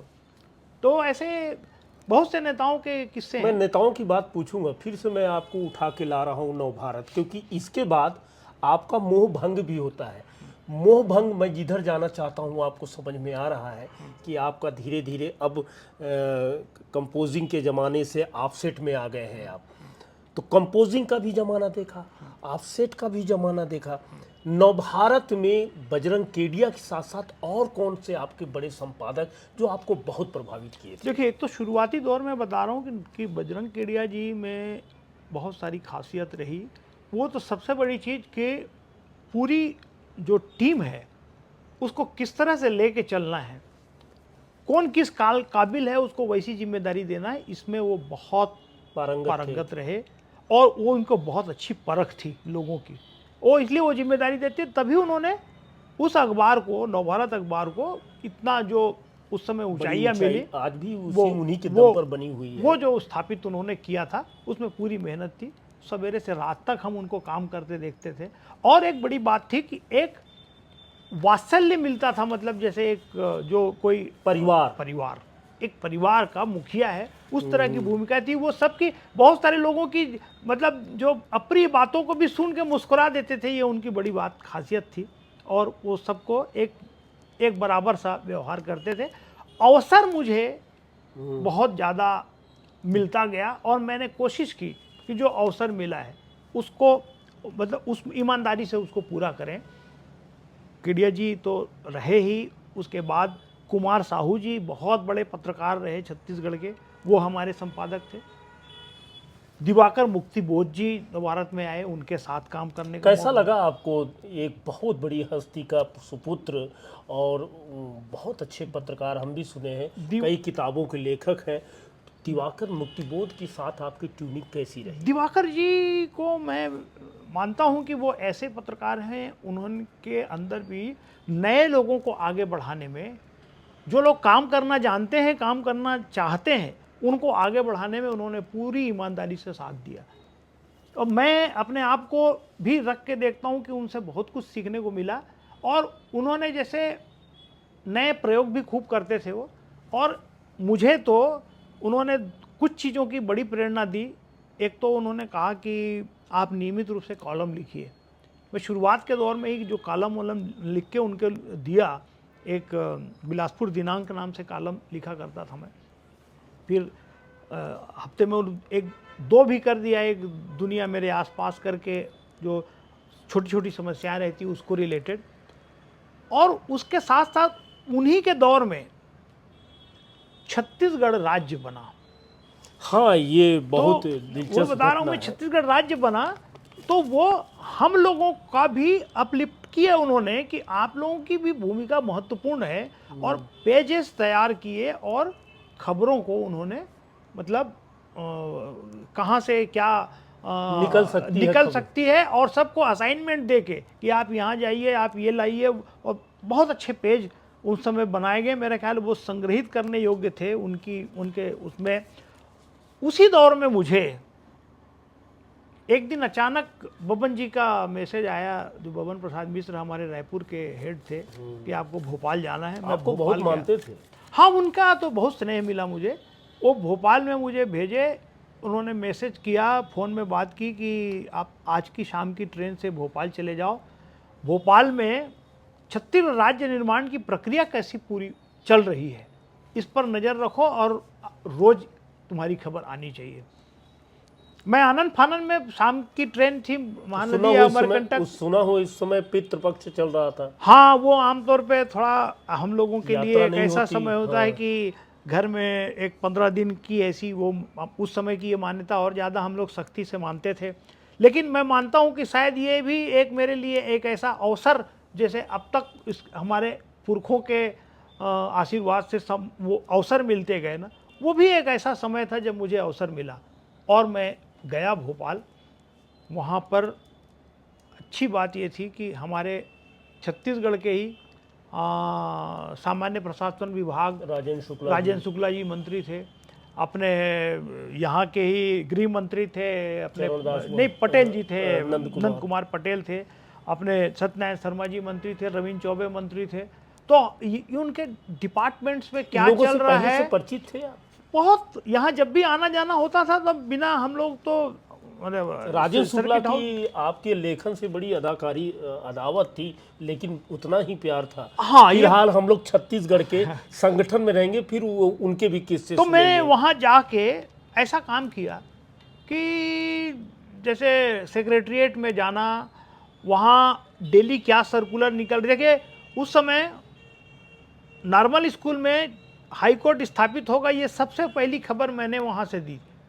अच्छा, ऐसी बहुत सारी खबरें जो छत्तीसगढ़ बनते समय की थी, वो मैंने भोपाल से ये 99-2000 की ये हाँ, ये मतलब छत्तीसगढ़ राज्य बना है उसके ठीक पहले का मेरा ख्याल है सितंबर के नवंबर में छत्तीसगढ़ राज्य बना है। ये सितंबर की बात होगी और जो उसी मुझे समय आपने बताया कि नॉर्मल स्कूल बनेगा हाई कोर्ट। और ऐसे और प्रशासनिक जब हम निर्णयों के बारे में, तो वो क्या है कि मैं पूरी तैयारी के साथ रहता था। थैले में मेरे वाइट पेपर, ब्लैक इंक वाला पेन, और किसी वहाँ के कॉफ़ी हाउस में बैठ के वो डिस्पैच लिखता था। उस समय फैक्स आ गया था, फैक्स करता था नवभारत में थोड़ी सी सुविधा हाँ, तो वो दोनों एडिशन में वो खबर छपा करती थी, रायपुर और बिलासपुर दोनों में। उन्होंने मुझे ये एक बड़ी जिम्मेदारी दी और मैं लंबे समय तक, मेरा ख्याल है मैं 1 आध महीने करीब से ऊपर समय भोपाल में रहा, और वहाँ से मैंने कंटिन्यू, मेरे पास इतनी खबरें हो जाती थी कि ये एक पेज लग जाता, इतनी खबर हो जाती। ये नवभारत में रहते हुए नवभारत में रहते हुए बबन प्रसाद मिश्रा जी की कैसी प्रतिक्रिया रही? क्योंकि आपको उन्होंने कहा था कि भविष्य का ये शलाका व्यक्तित्व है पत्रकारिता। वो निश्चित रूप से, अब कुछ घटनाएं हैं जा शुरुआत के दौर की, वो बातचीत बहुत लंबी हो जाएगी। नहीं, आप घटनाओं का तो जिक्र कर सकते हैं। लेकिन एक समय में वो चाहते थे, किसी भी वजह से, क्या उनके पास मेरे बारे में जानकारी मुझे नहीं मालूम, शुरुआती दौर में 91 के आसपास वो चाहते थे कि मैं कोरबा हो जाऊं, मतलब वहाँ नवभारत कार्यालय में काम करूं, वहाँ पदस्थ हो जाऊं। तो एक बार उन्होंने मीटिंग में मुझसे कहा कि सब लोगों की मीटिंग बुलाते थे, वो आते थे महीने 2 महीने में, कि आपको जाना है। मैं कहा जी जी कहा उनसे, तो शुरुआती दौर था मेरा। फिर उसके बाद वो, मेरे साथ पारिवारिक परिस्थिति ऐसी थी कि मेरे पिताजी के नहीं रहने के बाद घर गांव को भी देखना है, यहाँ भी देखना है सब, तो मुझे लगा कि मैं जा नहीं पाऊँगा। मैंने फिर जब अगली मीटिंग में उन्होंने पूछा, तो सभी लोगों के सामने मैंने कहा कि मेरे लिए संभव नहीं होगा जाना। अच्छा। तो उन्होंने एक सभी के बीच ही मुझे कहा कि अच्छा, चिड़िया के पंख निकल आए, ऐसा कुछ उन्होंने टिप्पणी कर दी। सारे लोग मुझे घेर लिए जब मीटिंग के बाद, बोले आपको तो हम तो ऐसा सोचते थे कि आप तो अपनी बात अच्छे से रखते हो, लेकिन उनका ऐसा बोलना मतलब वो एक तरह से नाराज़गी है आपके लिए, निश्चित रूप से बहुत बड़ा व्यक्तित्व और आपको इसका खामियाजा भुगतना पड़ेगा। मैंने सोचा हो सकता है नाराज़गी होगी, हो जाएगी, भाई क्या कर सकता था मैं। अब ये संयोग की बात है कि उसके बाद, उस समय शायद नवरात्रि का समय था, मैं हमेशा कवरेज के लिए जाता था। मैं महामाया गया अपने अपूर्व दास फोटोग्राफर के साथ में, हम दोनों वहाँ कवरेज किए। कवरेज करने के बाद मैं वहाँ, वो भी दर्शन करने उसके बाद गए थे वहाँ। वो मुझे दिखे, बबन मिश्रा जी, अनल शुक्ला जी बाद में संपादक हुए नवभारत के, वो भी साथ में थे। वो लोगों से वहाँ मुलाकात हुई, बोले अच्छा रिपोर्टिंग करने आए। मैंने कहा हाँ। अब वो रिपोर्टिंग जो मैं करता था, तो थोड़ी मेरी काम, मतलब रिपोर्टाज में अलग ढंग का माहौल को पूरा प्रस्तुत करने का मेरा ढंग था, मेरी एक अपनी स्टाइल थी। मैंने उस समय गुलमोहर का मौसम था, खिला हुआ, तो उस गुलमोहर से जोड़ के महामाया की नगरी का जो दृष्टांत है, वो मैंने इसी तरह का, जैसे कुछ वीडियो में कोई दिखाता है, मैंने अपनी डिस्पैच में उसको उतार दिया, बिल्कुल रूपक पूरा। वो रोज अखबार जाता था रायपुर। उन्होंने वो खबर देखी मेरी, उसके बाद मुझे दूसरे दिन मुझे फ़ोन किए, बोले कि तुम बहुत अच्छा लिखते हो और आगे इसको जारी रखना, बहुत अच्छे से लिखना। मतलब मुझे बहुत जल्दी ही उनकी तरफ से उनकी प्रतिक्रिया मिल गई थी कि वो मेरे बारे में क्या धारणा रखते हैं, और उसके बाद उनका इतना मुझे प्रेम मिला कि कई बार उन्होंने निजी तौर पर इसके लिए बहुत शुभकामनाएं दी, आशीर्वाद भी लगातार उनको भवन जी का मिलता रहा। नवभारत आपने लंबा समय दिया, इसके बाद आपका मोह भंग हो जाता है, मालूम नहीं क्यों। इसके पहले मैं दूसरे सवाल पर जाऊं, मैं जानना चाहता हूं, आपके बहुत ही आइडल प्रभात जोशी से कब मुलाकात हो गई आपकी?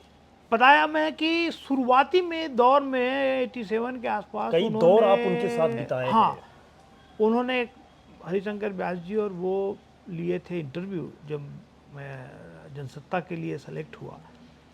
उसके बाद 89 के चुनाव में भोपाल में उन्होंने एक मीटिंग बुलाई थी पूरे प्रदेश के पत्रकारों की, अपने संवाददाताओं की। उस मीटिंग में उनसे भेंट हुई थी। उसके बाद क्या है कि बिलासपुर में उनके 3-4 कार्यक्रम हुए। एक तो यूनिवर्सिटी भी आए थे वो, बिलासपुर गुरु घासीदास विश्वविद्यालय में उनका संभाषण हुआ था उसमें, तब भी। उसके साथ जब सूचना के अधिकार पर विचार विमर्श हो रहा था, हर्षमंदर यहाँ पर कमिश्नर हुआ करते थे। 2004 आज की पहले की ये हाँ शायद नहीं, और पहले की बात है। छत्तीसगढ़ बनने के पहले की बात होगी मुझे लगता है, जिस पर जब सेमिनार चल रहा था। अच्छा। ये कानून जब बना तो बना, लेकिन जब वो आए उस समय यहाँ बरपाली में देश भर के जो इस तरह के जो मैंने कार्य करने वाले लोगों के बीच बैठक हुई थी। बहुत गांव में, एकदम छोटी से गांव में देश भर के बड़े कार्यकर्ता उसमें आए थे, जो सोशल एक्टिविस्ट। उस समय भी वो आए, तो 2 बार तो वो मेरे घर भी आ चुके हैं। अच्छा प्रभात जी, ऐसा मुझे सौभाग्य मिला कि उन्होंने अपने घर में भी स्वागत करने का, और उनसे मेरा नियमित संपर्क रहा। एक मौका और था जब उनसे मुलाकात हुई, जब वो 2003 के विधानसभा चुनाव में वो एक अपने ढंग से चुनाव को ऑब्जर्व कर रहे थे और पूरे छत्तीसगढ़ में घूम रहे थे। उसी दौरान उन्होंने मुझे बुलाया रायपुर के एक होटल में और हालचाल पूछा कि तुम्हारे नज़रिए से क्या कहता है चुनाव। मैंने भी अपनी बात रखी थी, और जब मैं उनको अपने तरीके से नतीजे के बारे में बताया तो वो, उनकी फाइंडिंग कुछ अलग थी, मेरी फाइंडिंग अलग थी। अच्छा। अब वो उसी दिन फ्लाइट पकड़ के जाने वाले थे दिल्ली, चले गए। नतीजा जब आया उसके कुछ दिनों बाद संयोग से फिर वो छत्तीसगढ़ आए, तब मुझे उन्होंने अलग से बुलाकर कहा कि जो तुमने जो फाइंडिंग लाया था, कैसे लाया? मेरा कहीं ना कहीं, हाँ। तो अब वो तो उस चुनाव विशेष की बात हो जाएगी, लंबी हो जाएगी। लेकिन उनसे मेरा इस रूप का भी संबंध रहा, और उन्होंने उनका भी काफ़ी स्नेह उस दौर में मिला मुझे। आपने नवभारत क्यों छोड़ दिया? देखो, उस समय मुझे देखिए भाई काम करने का तो बहुत अवसर मिला नवभारत में। वो छत्तीसगढ़ के पहले हमारे संयोग से देखो आपकी चुनाव खूब हुए। मैं उस चुनाव में भी खूब काम किया। उपचुनाव बहुत हो रहे थे, सरकारें बहुत नहीं टिकती थी, फिर उसके बाद चुनाव होते थे। उन चुनाव को कवर करता रहा। उसके साथ साथ छत्तीसगढ़ राज्य बना, उसके बाद अजीत जोगी मुख्यमंत्री बने, तो भी उनका लगातार पेंड्रा मरवाही दौरा, हम लोग स्पॉट रिपोर्टिंग खूब करते थे। ये सिलसिला चला, मगर 2002 के आसपास नया सिलसिला शुरू होने लगा था। इलेक्ट्रॉनिक मीडिया अपना आगे बढ़ रही थी, धीरे धीरे उसका प्रभाव बढ़ रहा था। मुझे लगा एक लंबा समय हो गया, अब हमने हैंड कंपोजिंग में काम कर लिया, ये ऑफसेट में काम कर लिया, कंप्यूटर में काम कर लिया, अब इसको आगे धीरे धीरे बदला जाए। हालांकि इस बीच मेरा ऐसा निश्चित रूप से कहूँगा कि मुझे जो जिम्मेदारी नवभारत में मिलती गई, एक मौके ऐसे भी आए मुझे कि जैसे संपादकीय भी लिखने के लिए कमल ठाकुर जी हमारे संपादक थे, उन्होंने भी मतलब संपादकीय भी लिखने का अवसर कैसे संपादक मुझे थे आपकी नज़र में? वो बहुत जितने सरल इंसान थे, तेज तर्रार और ईमानदार पत्रकार थे। उनका नज़रिया मतलब ऐसा था कि वो चीज़ों को भांपते भी बहुत अच्छे से थे, समझते भी अच्छे थे, और उसके साथ साथ में उनकी कलम बहुत स्मूथ थी, बहुत अच्छा लिखते थे, और उतने ही स्पष्ट वक्ता थे, और साफ बोलने में किसी से उनको कोई गुरेज नहीं होता था, कोई भय कभी, बिल्कुल निर्भय निर्भीक जो पत्रकार होता है, वो चीज़ उनसे सीखने को मिली। इस दौरान आपका रमेश नैयर से कब तक? नैयर जी से तो बहुत मौके ऐसे आते थे, जब यहाँ सिंपोजियम में या हम लोग रायपुर जाएं तो उनके साथ बैठते थे, जब वो दैनिक भास्कर नव भास्कर में रहे तब मैं उनसे बहुत करीब से उनसे मिला था और बहुत दिनों तक भी उनसे संपर्क हमेशा रहा छत्तीसगढ़ राज्य बनने के बाद और अभी जब उनके स्वर्गवासी होने के पहले तक हम लोग नियमित रूप से मिलते रहे। वो भी लिखा हुआ पढ़ते, उसमें कोई कोई चीज़ें जो उन्हें ठीक लगती उनको सुधरवाते थे। वो ये उनके संग थी कि वो भी साफ साफ बात किया करते थे और अपनी बात मतलब नए लोगों को आगे बढ़ाने में उनकी भूमिका मैंने पाया कि करीब करीब सारे मुझे ऐसे ही बड़े पत्रकार और संपादक मिले जो नए लोगों को काफ़ी अवसर देते रहे। तो मैं बता रहा था कि मैं वो उससे मेरे को एक थोड़ी सी लगातार मोनोटोनस वर्किंग हुई। तो 2002 के आसपास मेरे को एक काम से पारिवारिक से लखनऊ जाना हुआ। उस समय वहाँ पर सहारा टीवी अच्छा रीजनल था यूपी में। तब मुझे वहाँ एक संपर्क हुआ। उस संपर्क के माध्यम से ये बात हुई कि अभी मध्य प्रदेश छत्तीसगढ़ का लॉन्चिंग करने वाला है सहारा और आप अगर चाहो तो इसमें अवसर मिल सकता है। मैंने अप्लाई किया, दिल्ली गया और वहाँ मेरा सिलेक्शन हो गया। कोरबा नहीं जाना चाहते थे लेकिन रायपुर चले गए। वो भी कुछ कंडीशन की बात थी। मुझे ये भी कहा गया था कि आपको कुछ समय के लिए रायपुर रहना है, उसके बाद हम बिलासपुर भी ऑफिस खुलेगा और हम आपको वहाँ रखेंगे। बाद में वो स्थिति नहीं बनी तो मैं वापस आ भी गया। फिर नौबत मैं उस समय भी मुझे लेकिन इलेक्ट्रॉनिक मीडिया में भी काम करने का अपना अनुभव मिला। एक ओबी वेन वो पूरी टीम के साथ में बिलासपुर डिवीज़न में कवरेज किया। उसमें हमने रायगढ़ भी सोनिया गांधी की सभा भी कवर किया, अंबिकापुर जाके अटल जी की सभा सबको कवरेज किया। मतलब और यहाँ बिलासपुर में तो जितनी सभाएं जिन नेताओं की होती थी, लालू यादव आए थे, बहुत सारे नेता उस दौरान आए थे। दो पात्र छूट रहे हैं मेरी इन बातों में। एक राजीव गांधी छूट रहे हैं। वो किस्सा क्या है कि आप तपती धूप में एलएमएल वेस्पा ही लेकर चल दिए? हाँ, ये 1991 की बात है। गर्मी का मई का मौसम था जब रात के समय ये घटना खबर आती है शाम को 8 से 9 बजे कि श्रीपेरुम्बदूर में बड़ा हादसा हुआ है और उनको आतंकी घटना में राजीव गांधी की मौत हुई है। तो उस दौर में मैं एक तरह का फ्रीलांसिंग का ही दौर में चल रहा था और मुझे आशीष सिंह भी बोले कि ये एक बड़ी घटना हुई है, इस पर आपको विशेष टिप्पणी लिखना चाहिए। मैं दौड़े दौड़े उनके प्रेस गया। मैं वहाँ नहीं था लेकिन फिर भी मैंने लिखा। तो एक खुदा बख्श करके पेंड्रा में नहीं खुदा बख्श यही कांग्रेस के लीडर थे। रशीद बख्श उनको उनको कहीं से पता चली। वो कन्फर्म, उस समय मोबाइल और कोई तो था नहीं माध्यम, न टीवी भी था नहीं कि जिससे आपको पता चलता कि कोई घटना हुई है, ब्रेकिंग पता चल रहा है। लोग टेलीप्रिंटर में खबर आती थी करके अखबार के दफ्तर पहुंचते थे। तो अखबार के दफ्तर में वो आए, जब उनको कंफर्म हुआ कि राजीव गांधी की हत्या हो गई है तो वो गश खाकर गिर पड़े, बेहोश हो गए थे। मतलब ऐसा भी कार्यकर्ता और लोगों का चाहने वाला होता हाँ, है। खुदा बख्श जी की खैर। तो वो दूसरे दिन मुझे लगा भयानक सन्नाटा शहर में। एक तरह का कर्फ्यू तो नहीं था मगर लोग, दुकानें बंद थी, सब कुछ। मई का महीना, तपती दोपहरी।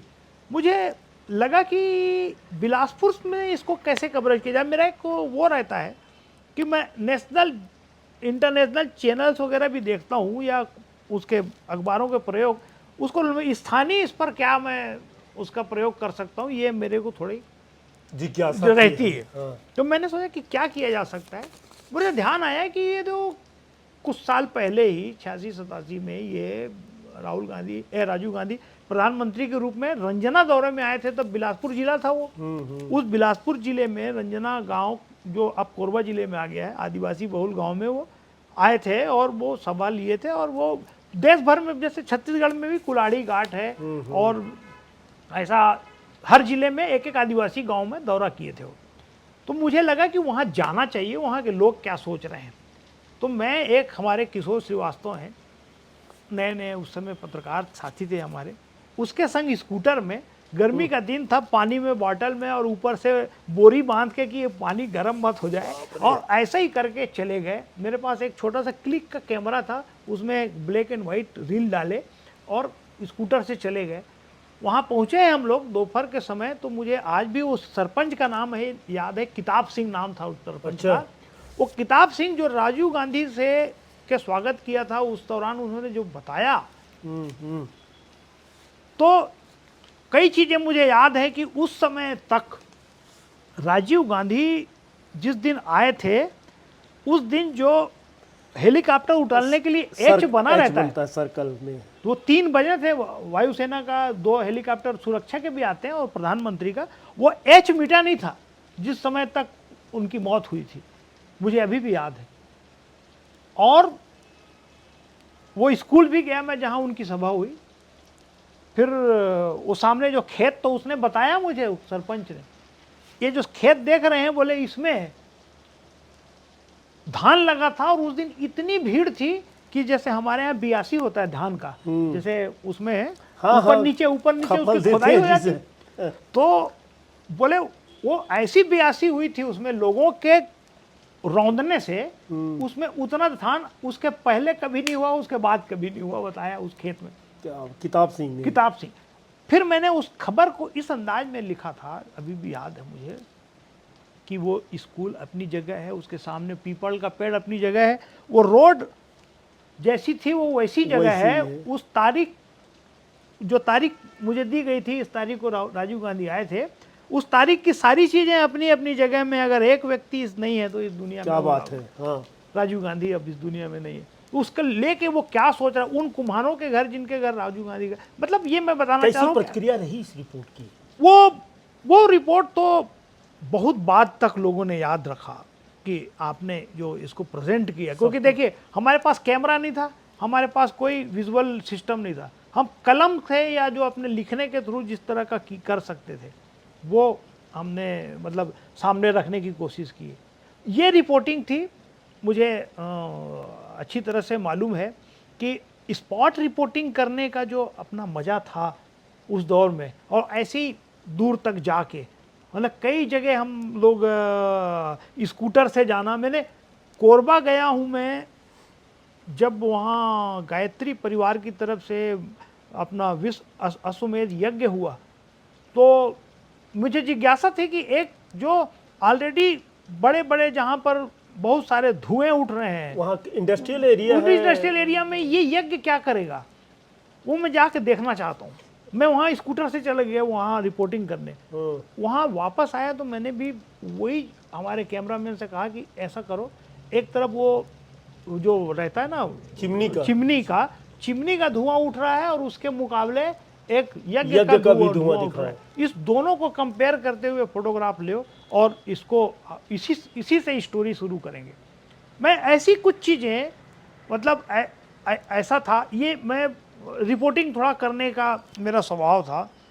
हालांकि ये उसके बाद एक और मैं रिपोर्टिंग की बात बता रहा हूँ, ये तो 2004 या 5 में मैंने की थी, दोबारा जब मैं वापस नवभारत आया। हाँ, वो भी रह गया है कि आपने उसको छोड़ा भी क्यों? हाँ, मैं बताता हूँ। चांपा में एक, जैसे 1912 की एक घटना हुई थी, टाइटेनिक डूबा था। ये टाइटेनिक जो डूबा, उसमें जांजगीर की एक मेम थी 1913 की, 1912 में 12 की घटना, अटलांटिक महासागर। हाँ, उस घटना में वो जो वहाँ की एन.सी. फंक नाम था उनका, वो आयरिश थी मेरा ख्याल है, वो महिला, वो मिशन के थ्रू काम करने 1906 में चांपा आई थी। वहाँ वो बच्चे लोग को पढ़ाती थी। उसी समय नया नया साइकिल आया था, तो वो साइकिल से चलती थी, बच्चों की भीड़ लगी रहती थी। अपने आप में बहुत बड़ा वो जगह में क्या हुआ, वो 1906 से 12 तक यहाँ रही, बच्चों को पढ़ाती रही। 1912 में उनको मैसेज मिला, टेलीग्राम, किसी फादर से, कि उनकी मदर की तबीयत खराब है, तो वो उनको जाना है वापस। तो वो जा रही थी, यहाँ से इंग्लैंड पहुँच गई। इंग्लैंड में उनको जो उनका जो वो था जहाज वो टाइटैनिक नहीं था। देखिए कैसी वो घटना थी, बड़ी इंटरेस्टिंग। वो टाइटैनिक नहीं था वो जहाज, लेकिन क्या हुआ, जिस जहाज में उनको जाना था वहां कोयला मजदूरों की हड़ताल के कारण वो जहाज नहीं जा रहा था। वो पहले पहुंच जाऊंगी सोच के उन्होंने टाइटैनिक में सेकंड क्लास का टिकट करा लिया और उसमें बैठ गई वो। अब वो जाके कहीं नहीं पहुंच पाई। 1912 में ही वो थे, वो रास्ते में वो टकराया आइसबर्ग से। और देखो एक बड़ी इंटरेस्टिंग बात उनके बारे में, ये चीज मुझे उस दौरान तथ्यों से उन्हें पता चली थी कि जब टाइटैनिक डूबने लगा तो जो लाइफ बोट आती है ना, उसमें पहले महिलाओं और बच्चों को निकालने के लिए बात हुई। उस समय इनको बैठाया जा रहा था, एक सिंगल महिला है भाई, बैठ के आपको निकाला जाएगा। इनकी नज़र पड़ी एक माँ और बेटे पर जो छूट रहे, मिस फंक की। उन्होंने कहा कि इनको भेज दीजिए, और वो रह गई उस बोट में जो समा गया। खैर, तो मुझे उनके नाम पर एक स्कूल बना, वो 1962 तक वो स्कूल संचालित रहा। वो मिशन ने पैसा दिया चांपा में, तो वो चांपा में वो स्कूल चलता रहा। फिर बाद में वो स्कूल कोरबा शिफ्ट हो गया। तो ये कहानी जो थी उसको मैंने ब्रेक की, तो पहली बार ये सामने आई है कि टाइटैनिक में कोई छत्तीसगढ़ का क्या संबंध था जी। तो नव भारत ने ये फ्रंट पेज में कॉमन एडिशन में ये स्टोरी उस दौर में ये छपी थी। तो ऐसा मतलब रिपोर्टाज करने का नहीं। एक सवाल और कर लेता हूँ ना, फैंटम वाला मामला क्या है? देखो ऐसा है कि राजनीति में वैसे बहुत सारे लोगों से मिलना हुआ। हम लोग तो पत्रकारिता की दुनिया में हैं, तो पर्सनालिटीज से तो खूब मिलते हैं। हमारे बहुत सारे जो पॉलिटिशियंस हैं स्थानीय स्तर पर मैं बात करूं तो बी आर यादव जी, अशोक राव थे, चित्रकांत जायसवाल थे, बीजेपी के मूलचंद खंडेलवाल, मनन लाल पांडे, निरंजन केसरवानी, हाँ बंसीलाल रितलहरे, हाँ ये उस मैंने दौर के लोग थे। हाँ, और ऐसे बहुत सारे लोग मैंने जो राजनीति में रहे, अशोक पिंगले जी रहे, बाद में नगर निगम की राजनीति में श्री कुमार अग्रवाल जी थे, बलराम सिंह जी थे। तो उन लोगों से तो ऐसा संपर्क रहा। लेकिन दिलीप सिंह जो राजनीति के एक ऐसे बड़े स्टार थे समझ लो आप। उनके बारे में एक इंटरेस्टिंग बात बता रहा हूँ मैं कि मैं जब सहारा टीवी में कवरेज करने आया तो हमारे साथ कुछ बिहार के एक कैमरामैन थे। वो बहुत सारे सीरियल्स में भी कैमरा कर चुके थे, यानी फिल्म का अनुभव था सीरियल्स का।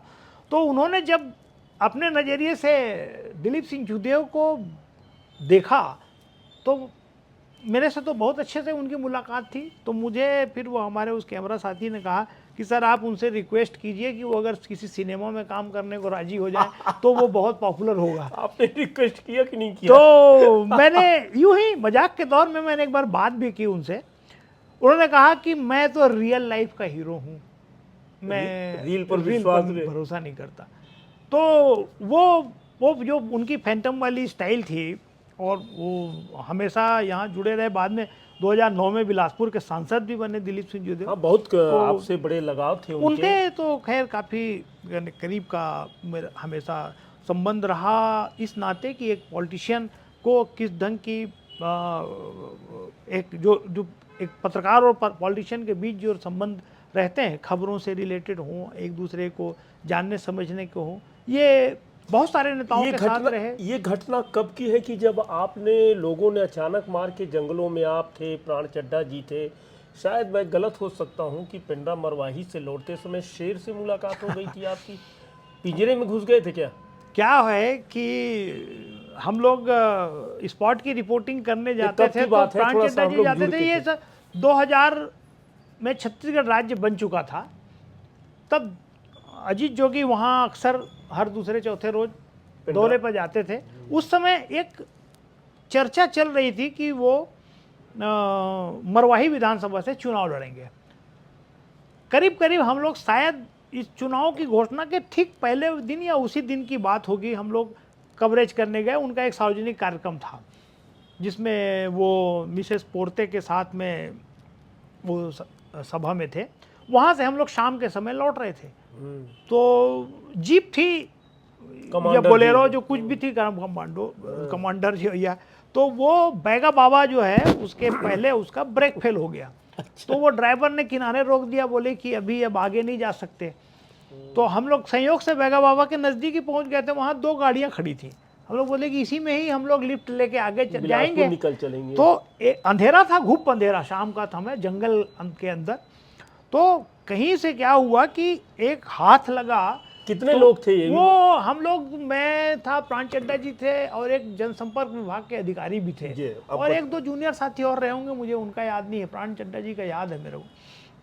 तो वो जो मेटाडोर खड़ी थी जिसमें हम लोग सवार होंगे सोच रहे थे, वो पता चला उसमें से कुछ जानवरों की आवाज़ आने लगी। तुम लोग बोले ये जानवर की आवाज़ गाड़ी के अंदर से आ रही कि जंगल से आ रही, कुछ हम लोग को कन्फ्यूज़न हुआ। तो ये पता चला कि मतलब वो जो पिंजरे पिंजरे बने हुए थे, सीखचे लगे थे। सीखचे जो लगे थे, उसके अंदर जानवर थे, और वो कोई छोटा सर्कस था। वो जो सर्कस एक जगह से उठ के दूसरी जगह जा शिफ्ट हो रहा रहा था, था, शिफ्ट हो रहा था। तो उसमें हम लोग भी बैठेंगे ये सोच के हम लोग फिर मतलब ये हुआ कि कुछ दूर तक आगे बढ़ लें इसी में। फिर आगे गए भी, तो फिर वो एक पीछे कोई दूसरी और गाड़ी आ रही थी, उसमें हम लोग सवार हुए, जिसमें बाजार के लोग वापस लौट रहे थे। उस दौरान भी कुछ हम लोग का एक गांव के आदमी से, अंधेरे में कोई किसी को देख नहीं रहा था, पहचान नहीं रहा था। वो केवल क्या था कि हम लोग केवल मतलब आपस में बात कर रहे थे। तो शुरू में तो उसको हमसे तकलीफ हुई, कौन लोग आ गए हैं करके। लेकिन जब हम लोग की बातचीत सुना, वो कभी हम कोई अजीत जोगी बोल रहा है, कभी अर्जुन सिंह, कोई किसी का नाम ले रहा है, तो उसको लगा कि ये लोग कोई अरे पहुँचे हुए लोग हैं। फिर वो उसने अपना जो थोड़ा सा तेवर है उसके वो ठंडे पड़े। ऐसे बहुत सारे किस्से हैं जो यहाँ वहाँ से अपन आते जाते रहे हैं। तो उसमें क्या कहा जाए कि विपरीत परिस्थितियों का, इन्हें इस तरह की स्थितियों का सामना भी करना पड़ा। ये बहुत मौके आए। जब आप लौटते हैं रायपुर से, क्या नाम था, सहारा, फिर आप नवभारत में आ जाते हैं। नवभारत में सेवा देने के बाद एकाएक इतना भाग दौड़, बिना सहारा का छोड़ना और नौकरी मिल जाना, फिर नवभारत से मोह भंग होकर हरिभूमि की तरफ कैसे चल पड़े? तो मैं जब सहारा टीवी में था तो मुझे रायपुर में ही रहना पड़ा, और वो बात हुई थी कि बिलासपुर ऑफिस होगा, तो मगर बाद में वो आइडिया उनका जो भी पूरा नहीं हुआ। तो मैं यहाँ कभी कभी 20-25 दिन में आ पाता था कई बार। रुचिर गर्ग से भी अच्छे संबंध थे। हाँ, रुचिर गर्ग हमारे ब्यूरो चीफ थे, वो हम लोगों ने करीब एक साथ ज्वाइन किया था। तो उस दौरान क्या है कि मेरा बेटा जो है वो तीसरी चौथी जैसा पढ़ता रहा होगा। वो जब स्कूल जाता था तो उसको अपने हाथ से घर में ताला लगा के जाना पड़ेगा। मैं रहता था रायपुर, उसकी मम्मी स्कूल। तो वो जब मैं एक आध बार उस दौरान आया तो वो थोड़ा हम लोग खुल के एक दूसरे से बात उस समय भी कर लेते थे, अभी भी कर लेते हैं। तो उसने कहा कि बहुत अच्छी बात है, आप टीवी में हैं, तो हम लोग टीवी में भी आप दिखाई देते हैं, कई बार देखना अच्छा लगता है। लेकिन बड़ी तकलीफ होती है जब सुबह स्कूल जाओ तो अपने हाथ से ताला लगाना पड़ता है। मेरे को उसका जो दर्द है वो उसे लगा। मैंने कहा कि आज ही मैंने इसको ये नौकरी छोड़ दिया। तत्काल मैं मैसेज किया यहाँ से, तो वहाँ ऊपर के लोग बोलने लगे क्या अचानक बात हो गई, आप क्यों रिजाइन करें। मैंने कहा बिल्कुल, अब मैं ये भी नहीं देख रहा था उस समय कि मुझे और कहाँ अवसर मिलेगा कि नहीं मिलेगा। आप तर्क नहीं देते हैं कि छोड़ने का कारण भी नहीं बताते हैं, ज्वाइनिंग वो का। मैं कहा कि ये मुझे अब नहीं हो सकेगा, ये काम में मुझे वापस बिलासपुर आना है। मैं वापस आ गया। वापस आया, कमल ठाकुर जी उस समय संपादक थे नवभारत के, उनसे संपर्क हुआ तो उन्होंने कहा कि आप वापस आइए। फिर उनके प्रयास से मुझे नवभारत में वापसी हुई और वहाँ मैंने कुछ समय तक काम किया। इसी बीच मुझे हरिभूमि के तरफ से अवसर मिला, तो मैं वहाँ पहले समाचार संपादक हुआ, फिर उसके बाद वहाँ का मैं स्थानीय संपादक हुआ। वहाँ भी एक अच्छी टीम के साथ लोगों के बीच काम करने का बहुत बहुत अवसर अच्छी मिला। खासी टीम बना लिए थे, उसमें मैं भी था, एक शुरुआत थी, लेकिन एकाएक हरिभूम से भी मोह भंग हो जाता है। अच्छी ऊंचाई थी, बहुत बड़ी ऊंचाई थी। ऐसा कहा जाता है कि वहां पहुंचने के बाद लोग छोड़ते नहीं, निकाले जाते हैं। निश्चित रूप से मेरा भी कोई कभी प्रबंधन से या कभी भी और भी हमारे साथ वहाँ काम करने वाले जो भी लोग थे उनसे कहीं कोई संबंधों में या आपस में कोई कामकाज में दिक्कत हुई हो, ऐसा नहीं था। उस दौर में फिर एक ऐसा आया मेरे साथ, कुछ चीज़ें कभी संयोग हो जाती हैं कि जिसमें ऐसा अवसर आता है, मैं नहीं जानता। लेकिन उस समय भी एक हमारे दिल्ली के मित्र थे, वॉइस ऑफ इंडिया। वो हाँ, वो एक बड़ा चैनल शुरू करना चाह रहे थे। तो वो आए यहाँ पर, वो चाहते थे कि मैं रायपुर में ब्यूरो के रूप में, हेड के रूप में वहाँ ज्वाइन करूँ। लेकिन हुआ क्या कि मैं रायपुर जाना चाहता नहीं था। वो एक बार आ हाँ, नहीं, चुका नहीं, था आप मैं शुरू। उस समय, तो मैं भी अपने घर से ही संतुष्ट था, यहीं रह के काम करना चाहता था। मैं बिलासपुर में एक अलग वो है अपनी स्थिति, मतलब पारिवारिक स्थिति, उसके बीच काम करना चाहता था, मैं जाना नहीं चाहता था। वो मुझे बोले कि आपको अगर बिलासपुर में ही ऑफिस खुल जाए तो आप क्या कहेंगे। मेरे को लगा कि कोई कारपोरेट के ऑफिस है, यहाँ कोई बहुत ऐसा अवसर है नहीं, बिलासपुर में कहाँ कहेंगे। मगर उन्होंने यहाँ से मेल से मैसेज किया और मेरे साथ बैठे बैठे में उनको अप्रूवल मिल गया। उन्होंने मुझे कहा कि देखिए अप्रूवल भी मिल गया, अब आप मुझे ऑफिस राजधानी न दिखाइए। होकर राजधानी में वॉइस ऑफ इंडिया का कार्यालय है। बोले कि चलिए आप ऑफिस दिखाइए। मैं जबान में एक तरह से समझ लीजिए उनको दे चुका था। इस जबान के कारण से मैंने फिर वहाँ रिज़ाइन किया। दरअसल आप वहाँ जबान के कारण नहीं, जबान रखने के लिए गए थे। हाँ, जबान रखने के लिए गया। और ये अलग बात है कि बाद में वो कंपनी बहुत कुछ 2008 का जो वो था ना, रेसेस का दौर हाँ था। वो अब मंदी के दौर में वो उसके कारण से वो टिकी नहीं। फिर और आप उसके कारण हरिभूम क्यों नहीं लौटे या नवभारत नहीं नहीं, गए? मुझे फिर तब ये लगा कि कुछ समय तक स्टडी करना चाहिए और जानना समझना है, पढ़ना है। पढ़ने का मन किया तो मैं फिर कुछ समय के लिए, जैसा कहा ना कि कभी एक को पकड़ के मैंने किसी को छोड़ा नहीं, हाँ। वैसे ही उस समय भी हुआ कि कोई दूसरा मेरे साथ था नहीं। फिर मैंने धीरे धीरे फिर पढ़ाई लिखाई ही शुरू की। मगर हमारे मित्र आशीष सिंह उस दौर में लोकल केबल चैनल उन्होंने अपने हाथ में लिया था। उन्होंने कहा कि आप यहाँ आके बैठिए, कुछ और समय पढ़िए। दीजिए, पढ़िए। तो मैं वहाँ जाता था, नेट और इसके थ्रू काफ़ी किताबें और ये सब पढ़ा करता था, उनका भी कुछ देख लिया करता था। तो वहाँ भी लेकिन धीरे धीरे करके उनके भी जो ऑपरेटर है, वो जो ऊपर के मालिकान है, वो बदलते रहे। और वो सभी ने अपने मुझे साथ रखना चाहा, नहीं छोड़ा। तो मैं उनके साथ भी चलता रहा और वहाँ भी प्रयोग करता रहा। लोकल में लोकल चैनल क्यों बेहतर, कैसे बेहतर हो सकते हैं, इसका भी प्रयोग। एक मुझे सब चीज़ें एक एक्सीडेंटल मिलती गई और मैंने वहाँ भी उसको सुधार एक्सीडेंटल छोड़ता गया। उसी दौर में 2013 का जो चुनाव था, आप तो हमारे साथ गए हो, तब हमने जब पूरे छत्तीसगढ़ का दौरा किया एक क्वालिटेटिव एनालिसिस करने के लिए, उस दौरान ये लगा कि जो वेबसाइट है उसको क्यों नहीं स्थानीय खबरों पर आधारित बनाना चाहिए और क्यों नहीं किया जाना चाहिए। प्रदेश का पहला वेबसाइट। अब ये हम दावा तो नहीं कर सकते, लेकिन उन्होंने कहा, अब दिमाग में आया तो जनवरी 13 के दिसंबर में दिमाग में आया। और मुझे याद है कि 1 जनवरी 2014 को हमने रजिस्ट्रेशन कराया। उसका नाम सोचा था CG वॉल, और ये cgwall.com के नाम से वेब पोर्टल की शुरुआत होती है।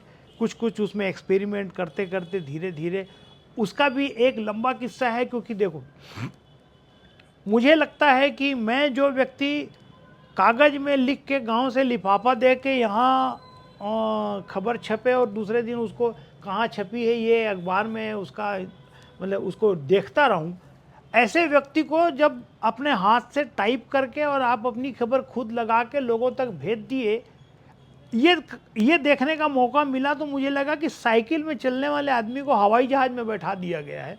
तो वो जितना आनंद उसका लेगा, बैठे वो आनंद वो हम अब रोज ले रहे हैं, रोज हर घंटे ले रहे हैं। वो खबर लगाना है या खबर कुछ करना है। उसी में फिर धीरे धीरे करके जैसे एक क्रम चला, और ये जो सोशल मीडिया का दौर आया, उस सोशल मीडिया में हम भी इन्वॉल्व हुए। इस चीज़ की बड़ी खुशी लगती है कि हमने जो नाम सोचा, जो नाम फ्रेम किया, वो नाम लोगों के बीच उसका भरोसा हम जीतने में जिस हद तक भी कामयाब रहे, वो हमारे लिए एक बड़ी बड़ी उपलब्धि है, बड़ा अवार्ड है लोगों के बीच से। इस हायरार्की में कंपोजिंग का दौर आया, ऑफसेट का दौर आया, आपने प्रिंट भी लिया, इलेक्ट्रॉनिक भी लिया, आपने एक बार नहीं दो दो बार चैनल ज्वाइन किया, अच्छे पद पर रहे, फिर डिजिटल प्लेटफॉर्म पे आया। इस पूरे 25-30 साल को, अगर बल्कि 30-35 साल से ज़्यादा होता है, कई नेताओं से आपकी मुलाकात हुई, विद्याचरण शुक्ल से हुई, लखीराम अग्रवाल जी से हुई, अमर अग्रवाल आपके बहुत कुलीग हैं, धर्मलाल कौशिक भी हैं। लखीराम का व्यक्तित्व थोड़ा चर्चा इसलिए है क्योंकि आपने उसी दौर में प्रधानमंत्री नरेंद्र मोदी का भी इंटरव्यू लिया है, जहाँ तक मेरे को जानकारी है। तो ये मामला क्या है, लखीराम का व्यक्तित्व कैसा था, प्रधानमंत्री का, तब का प्रधानमंत्री, अब के प्रधानमंत्री नरेंद्र मोदी को कैसे दिखते हैं?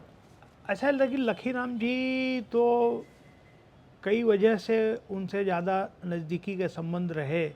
वो तो राजनीति में तो महत्वपूर्ण पद में थे, मध्य प्रदेश में भाजपा के अध्यक्ष बहुत थे, बड़े, बहुत बड़े सांसद रहे राज्यसभा के। उसके साथ साथ जब छत्तीसगढ़ राज्य बना, एक बीजेपी ने एक अभियान समिति बनाई थी, छत्तीसगढ़ राज्य निर्माण अभियान समिति, ऐसा कुछ नाम था उसका, नाम शायद यही रहा।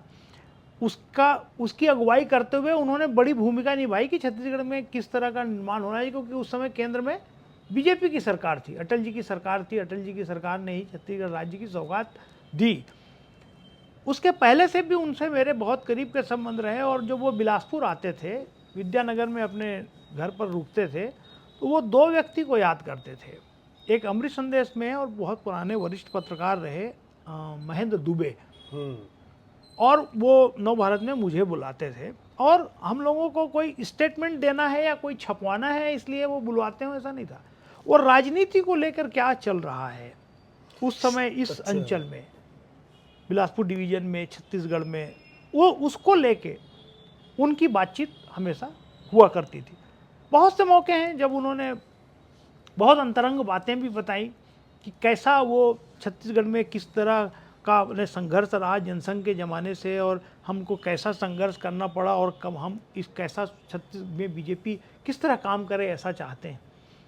उसी दौर में क्या हुआ कि कुशाभाऊ ठाकरे जी उनके बहुत करीबी थे, वो राष्ट्रीय अध्यक्ष थे, और यहाँ पर बिलासपुर में गुजराती भवन में एक बीजेपी का, टिकरापारा में बीजेपी का एक कार्यशाला की तरह से अभ्यास वर्ग कुछ था, ऐसे महत्वपूर्ण कार्यक्रम था। उस समय तक नरेंद्र मोदी जी को अखिल भारतीय, मतलब भारतीय राष्ट्रीय स्तर पर बीजेपी की ओर से मंत्री, मतलब राष्ट्रीय सचिव, माने राष्ट्रीय मंत्री का जो पद है ना, वो मिल चुका था। तो वो साथ में उनके इस तरह से आते थे। वो बाद में तो मध्य प्रदेश के तो प्रभारी भी रहे ना, जब छत्तीसगढ़ राज्य बना उस समय तो वो प्रभारी भी रहे। 1998 के चुनाव के समय प्रभारी रहे। वो कई मौके पर बाद में यहाँ सर्किट हाउस में आते थे, तो हम लोगों से मतलब चर्चाएं भी होती थी। उस समय जब वो पहली बार उनसे मेरी मुलाकात हुई थी, तो लखीराम जी ने ही कहा कि वहाँ पर रुके हुए हैं विद्यानगर में, हमारे साथ आए हैं नरेंद्र मोदी, आप जाइए उनसे बात कीजिए, उनका एक अपना नज़रिया है वो पार्टी को लेकर, किस तरह से वो, क्योंकि ये वो समय है जब 93 से 98 के बीच, जब मध्य प्रदेश में भाजपा की सरकार नहीं थी, वो 93 का चुनाव हार गई थी, दिग्विजय सिंह की। तो उस समय बीजेपी को इस्टेब्लिश करना था, पूरे नए लोगों को, पुराने लोगों को किस तरह से खड़े करना है। तो मैं मिलने गया और मैंने बातचीत की मोदी जी से यहाँ ही, और एक इंटरव्यू लिया। वो इंटरव्यू हम नव भारत में वो फ्रंट पेज पर वो लगा भी था। तो उसमें मुझे याद है अच्छी तरह से कि पार्टी किस तरह से काम करेगी छत्तीसगढ़ में या मध्य प्रदेश में, और हम कार्यकर्ताओं को किस तरह की जिम्मेदारियां देना चाहते हैं, इस मुद्दे पर उन्होंने बात की थी। और उसका चूँकि हम लोग कवरेज करने, तो जैसे पटवा जी भी, कैलाश जोशी जी भी, एक नारायण गुप्ता जी, मतलब ये जितने भाजपा के भी पुराने मध्य प्रदेश के जो नेता रहे हैं, उनका भी बिलासपुर से बड़ा करीब का नाता रहा है। वो लकीराम अग्रवाल जी के कारण से वो यहाँ लगातार आते रहे हैं, और यहाँ कई जो उपचुनाव और जो ऐसे मौके जो रणनीतिक रूप से रहे, उसमें भी उनकी अपनी भूमिका रही। राज्य निर्माण के दौरान जैसा कि बताया है आपने कि 1 महीने तक भोपाल में रहे और पल पल की गतिविधियों को देते रहे, क्या उस समय अंदेशा था कि अजीत जोगी मुख्यमंत्री बन रहे हैं? क्योंकि आप तब तक बहुत बड़े पॉलिटिकल पत्रकार स्थापित हो चुके थे। उस समय तो कि महेंद्र कर्मा, ऐसा बड़ी अफवाह थी, हम लोग आपको पढ़ा करते थे। उस समय तो एक बात थी कि सीधे तौर पर तो पहली लाइन में कोई नहीं कह सकता कि नाम उन्हीं का रहा। तब तो वो ऐसा समय था जब उसके ठीक पहले जो लोकसभा का चुनाव हुआ था, उसमें वो शहडोल जी हार सीट चुके से थे। लड़े थे और चुनाव हारे थे वो। और उसके बाद फिर उनकी अपनी जो स्थिति थी, वो पार्टी में वो अपना भूमिका की तलाश भी कर रहे थे। लेकिन तब जो संभावनाओं के बीच या जो नाम दावेदारों में चलते थे, उनमें ज़्यादातर तो प्रमुख बड़े नेताओं में विद्याचरण शुक्ल खुद भी एक बड़े व्यक्तित्व दावेदार हैं। थे कि उनका वो छत्तीसगढ़ राज्य, बाद में उन्होंने छत्तीसगढ़ राज्य निर्माण का आंदोलन चलाया, जो राज्य बनने से पहले, और बड़े पैमाने पे चलाया। जब वो उसके पहले चंदूलाल चंद्राकर जी जो दुर्ग सांसद भी थे और किसी समय बहुत बड़े पत्रकार रहे, वो हिंदुस्तान अखबार के संपादक रहे, वो महात्मा गांधी की उनके प्रार्थना सभाओं को कवरेज किए थे, और जो चाइना वार को उन्होंने कवरेज करने के लिए वार रिपोर्टिंग की थी। तो ये बात थी, कई बार वो यहाँ आते थे तो मैं बताता था, खैर ये विषय से अलग है। तो उस समय उनको विद्याचरण जी का नाम था। एक सामंजस्य के लिए, क्योंकि कांग्रेस की सरकार बननी थी, कांग्रेस का ही मुख्यमंत्री बनना था। मोतीलाल वोरा जी का भी नाम लिया जाता था कि वो मध्य प्रदेश के पूर्व मुख्यमंत्री रहे हैं, और वो एक तरह से वो जब दो लोगों का नाम आता है तो तीसरे के नाम पे सहमति बनाते, सामंजस्य सहमति के नाम से वोरा जी का नाम प्रमुखता से आता था, वो थे। फिर उसके बाद जो दिग्विजय सरकार के जो बाकी मंत्री थे, उसमें मतलब हालांकि उस समय तक चरणदास महंत जी तो सांसद का चुनाव लड़के के दिल्ली की राजनीति में पहुंच चुके थे, मगर चरणदास महंत का नाम था। और फिर उसके बाद और भी जो है नंद कुमार पटेल, या मतलब ऐसे ये इन नामों पर भी चर्चा चलती थी। लेकिन उस चुनाव के छत्तीसगढ़ राज्य निर्माण से ठीक पहले मैं याद अगर करता हूं तो एक प्रभा पाटिल ने ऐसा कोई किसी नेता को यहाँ पर्यवेक्षक के रूप में भेजा गया था कांग्रेस की तरफ से। उस रात के ही अजीत जोगी बिलासपुर में थे और हमारे प्रेस दफ्तर में बैठे थे, तो केडिया जी बहुत देर तक उनसे चर्चा किए। बाद में करीब रात के 12-1-2 बजे तक के करीब मैं भी उनके साथ बैठा रहा और राजनीति पे बात होती रही। तो वो भी इस बात को कहते थे कि मेरी समझ में या तो मुझे बनना चाहिए या विद्याचरण जी को बनना चाहिए, क्योंकि उससे ही छत्तीसगढ़ का नेतृत्व बनेगा, नहीं तो ये और भी जो नेता हैं अगर वो बनते हैं तो वो दूसरे के द्वारा गाइडेड होंगे, वो ऐसा उनका मानना था। अब ये अलग बात है, उस समय भी हम लोग लेकिन उनको लेकर कोई पक्के तौर पर ये बात नहीं हो सकती थी कि अभी वही बनेगा। अब वो खैर कहानी अलग है कि आखिरी समय में जब गुलाम नबी आज़ाद और दिग्विजय सिंह आते हैं रायपुर, और उनका नाम एक होटल में मीटिंग में दौरान रखा जाता है और वो उनको फिर फाइनल किया जाता बहुत विद्याचरण शुक्ल को भी बहुत कवर किए हैं, और राज्य निर्माण के दौरान शायद आप रायपुर में ही थे।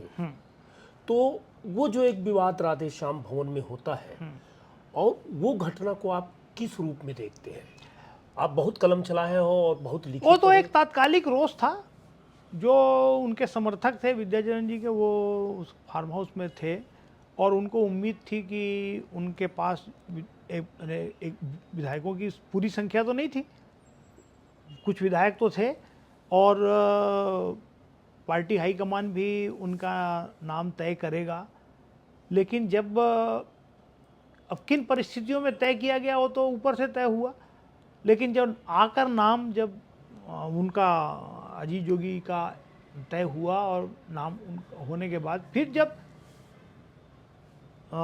दिग्विजय सिंह, क्योंकि उनके संबंध अच्छे थे विद्याचरण जी से, वो मिलने आए तो उनके जो कार्यकर्ता हैं उनका रोष उस रूप में झलक गया। वो अपनी बात रखना चाहते थे कि हमारे अंदर भाई इतना गुस्सा है कि हमारे नेता को आपने मुख्यमंत्री नहीं बनाया, छत्तीसगढ़ के पहले मुख्यमंत्री के रूप में उनको देखना चाहते थे। ये एक सहज प्रतिक्रिया थी ऐसा मुझे लगता है।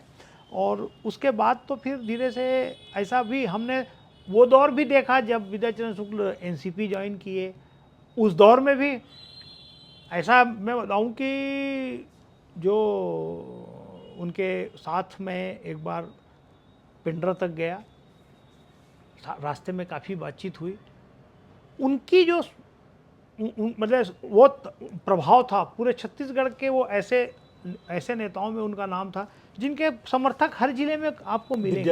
विद्याचरण शुक्ल उन्होंने उसी लिए एक एनसीपी जैसी जो छत्तीसगढ़ के लिए अननोन पार्टी थी उसको यहाँ खड़ा किया और उसके बाद वो उस मुकाम तक पहुँचाया।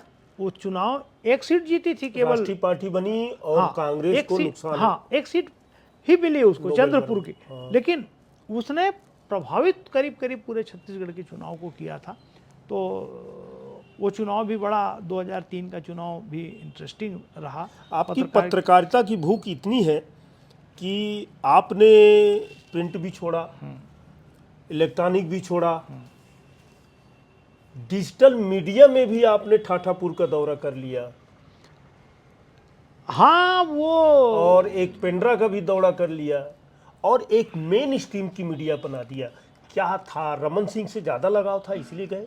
ऐसा देखो, रमन सिंह जी को मैंने उस दौरान खूब कवर किया, मैं सहारा टीवी में था उस दौरान, मैं बीजेपी बीट देखता था।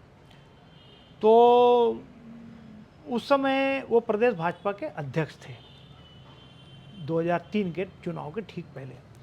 तो बहुत मौके पे मैं डेली कवरेज करने जाता था, तो जो लाइव टेलीकास्ट होते हैं ना, वो मोबाइल की ज़रूरत पड़ती है उसमें, अपने मोबाइल से हाँ। उनके कान पे ईयरफोन, नया नया उस समय सिंगल ईयर पीस आता था, तो वो लगा के उनके कुर्ते के जेब में मेरा मोबाइल रहता था और फिर वो वहाँ से उसमें यहाँ से लाइव करते, सवाल जवाब दिल्ली स्टूडियो से होता था।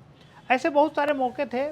फिर उनको हमने चुनाव के दौरान पूरी रणनीति बनाते, चुनाव लड़ते, फिर आगे चुनाव मुख्यमंत्री बनते देखा।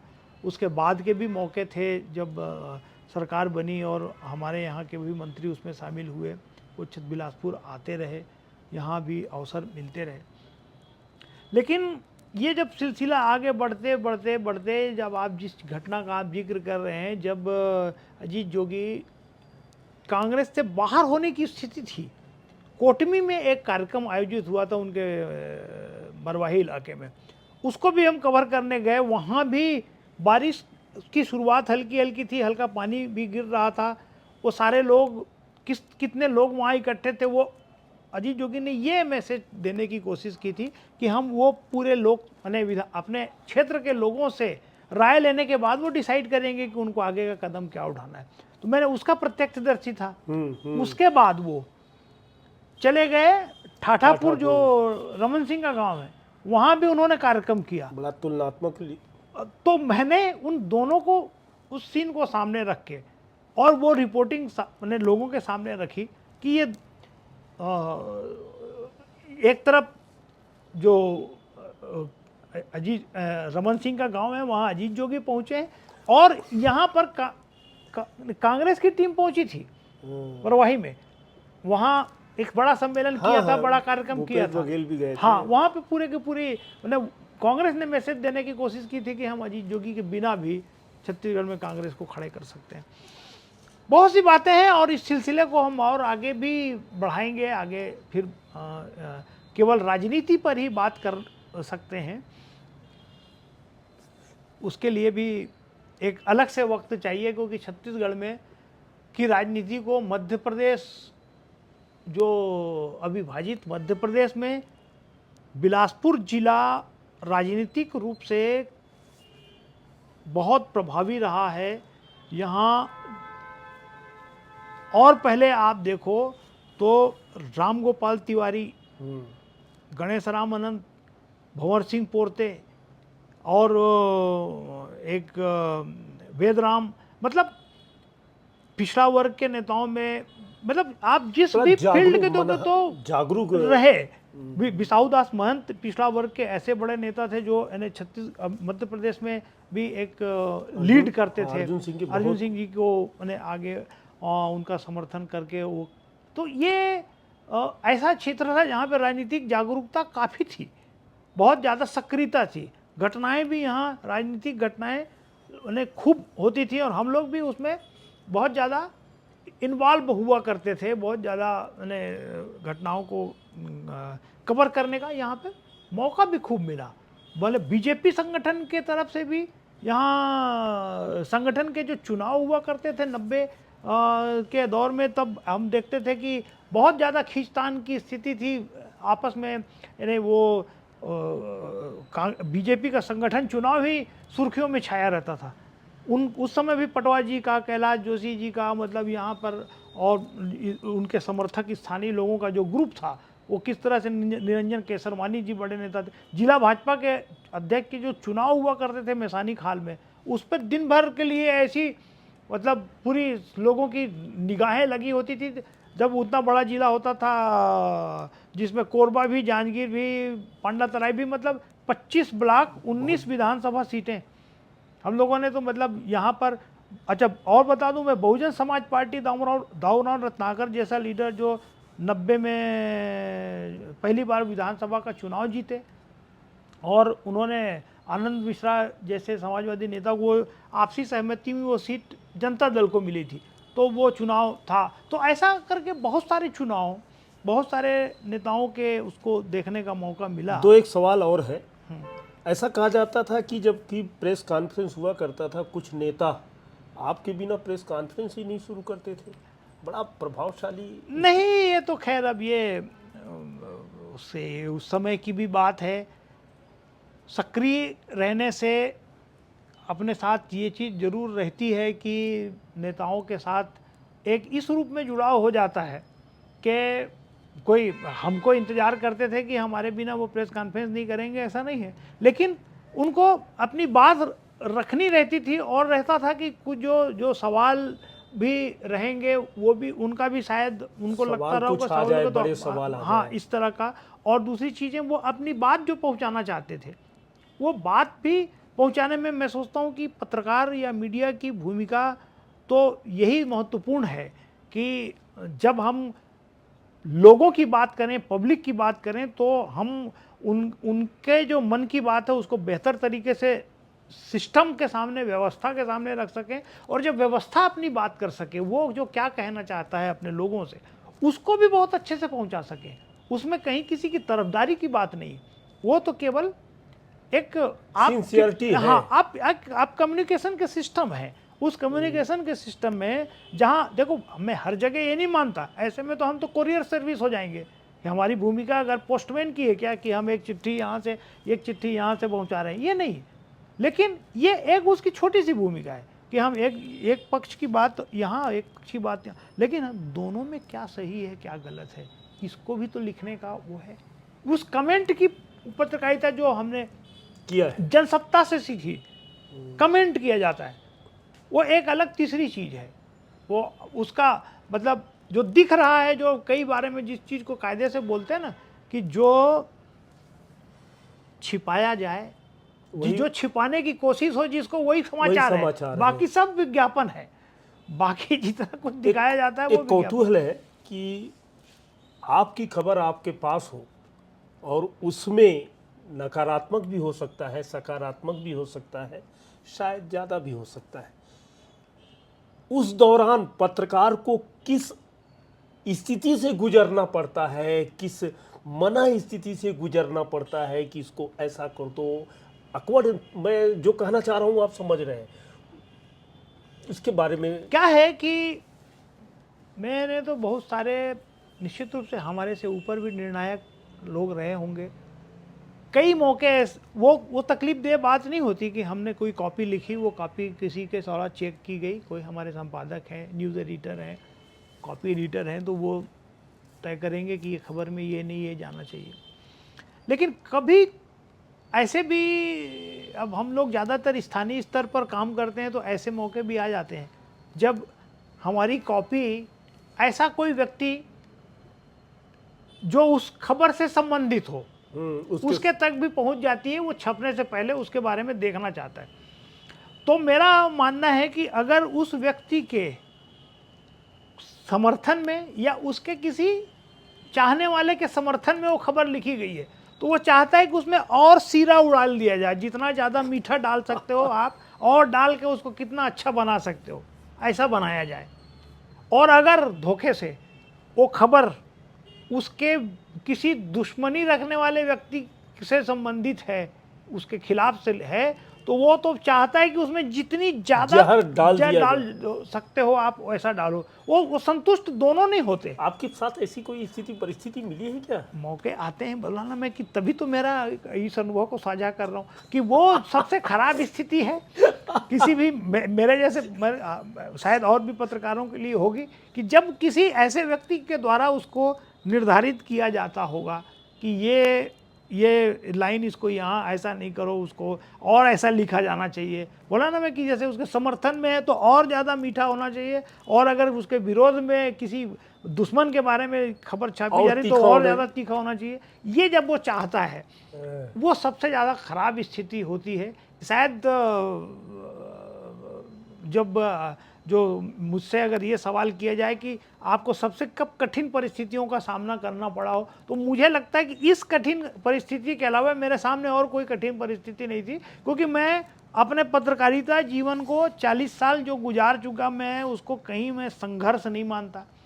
मेरा मानना है कि बहुत से लोग मानते हैं कि ये जीवन का ऐसा संघर्ष रहा, मैं कोई संघर्ष नहीं था।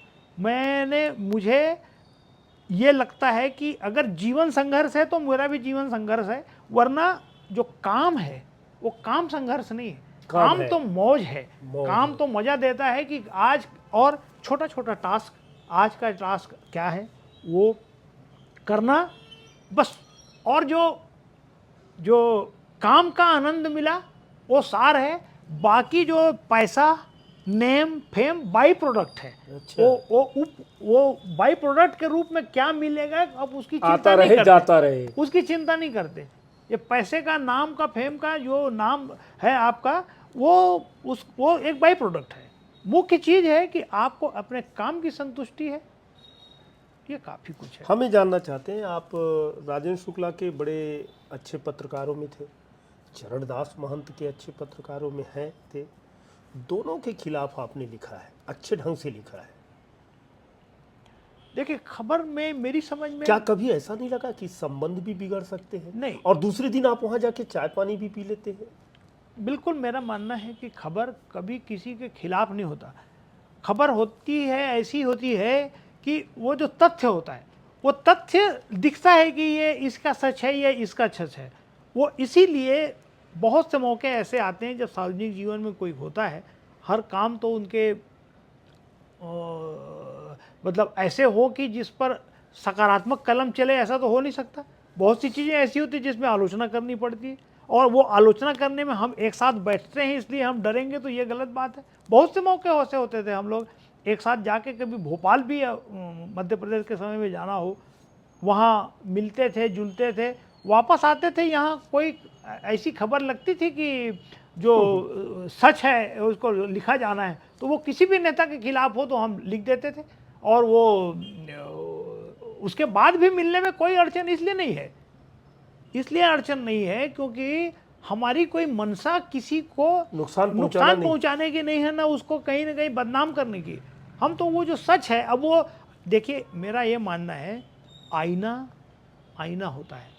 आईना तो कमज़ोर होता है बहुत, उसको आप कभी कभी पकड़ोगे एक हाथ से ना तो ऐसे बिना पत्थर के टूट जाएगी, मतलब इतना कमज़ोर आईना होता है। और लेकिन उस आईने में ये ताकत होती है कि सच दिखाता है, आपका चेहरा जरूर सच दिखाएगा वो इतना कमज़ोर है फिर भी सच दिखाएगा। और उतने जितने टुकड़े होंगे वो हर टुकड़ा आईना बन जाएगा। एक देखना आप उस आईने को अगर आप 100 टुकड़े कर दोगे, उस 100 टुकड़े को 100 भी फेस हो सूरत जाएंगे। देखोगे तो वही सूरत दिखाई देगी जो है। हर टुकड़ा। कभी झिझक नहीं लगी इन लोगों को लिखने के बाद? नहीं, ये चीज़ है कि अगर आपकी मनसा साफ हो तो कभी झिझक नहीं लगती। हमने देखा है कि, और वो भी इस चीज़ को मानते हैं, कोई भी व्यक्ति हो। मेरा ये मानना है कि अगर आप किसी को वैमनस्य रख के, किसी को नीचा दिखाने के लिए, किसी के द्वारा उपयोग में आके यूज़ होके आप किसी को का मतलब उसको क्या कहना चाहिए, डैमेज करने के लिए अगर कोई खबर लिख रहे हैं तो आप झिझक रहेगी।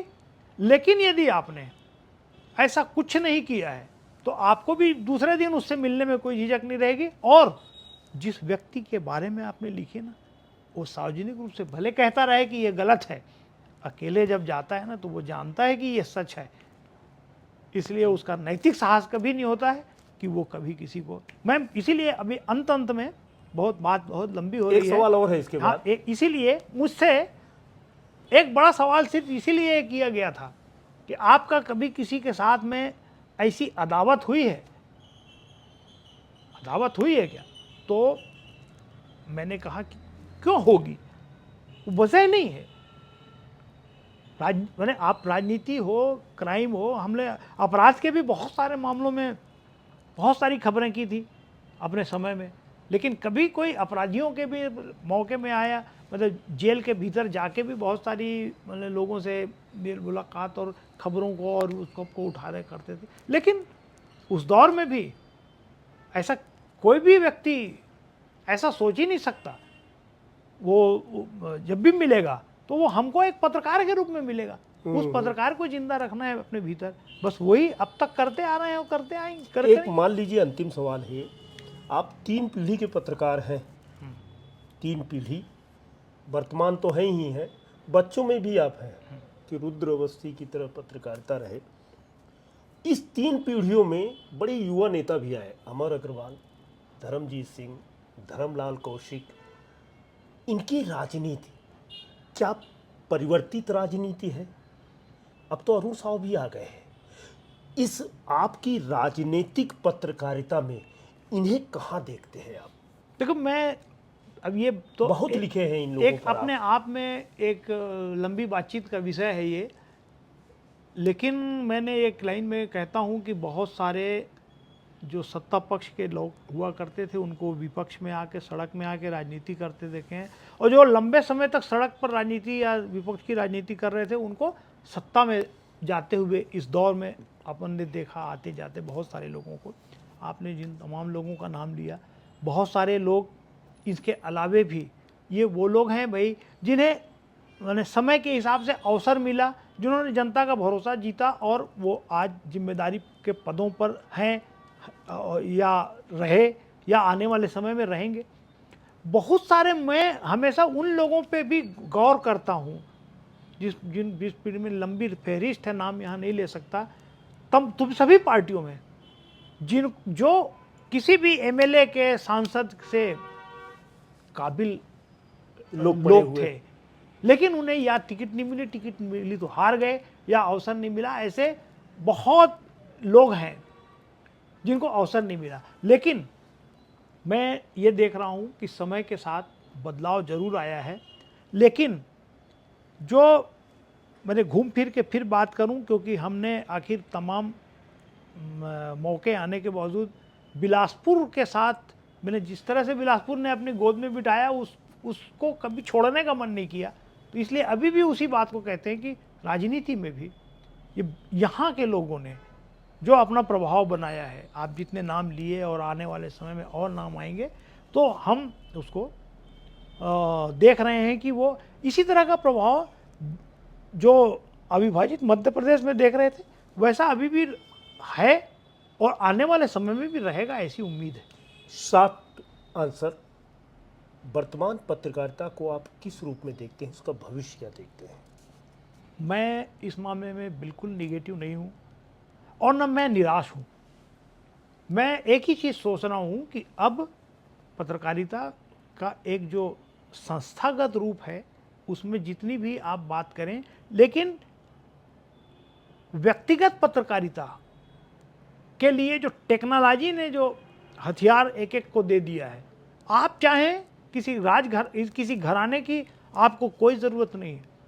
आप अपने अंदर ऐसा कंटेंट दीजिए जिसके लिए आपके पास मंच है। मैं शुरू से मानता था, ये मेरी धारणा बदल गई है कि पहले हम सोचते थे कि हम वो कलाकार हैं जो दूसरा दूसरे कोई के मंच बनाएगा तो कथकली दिखाएंगे।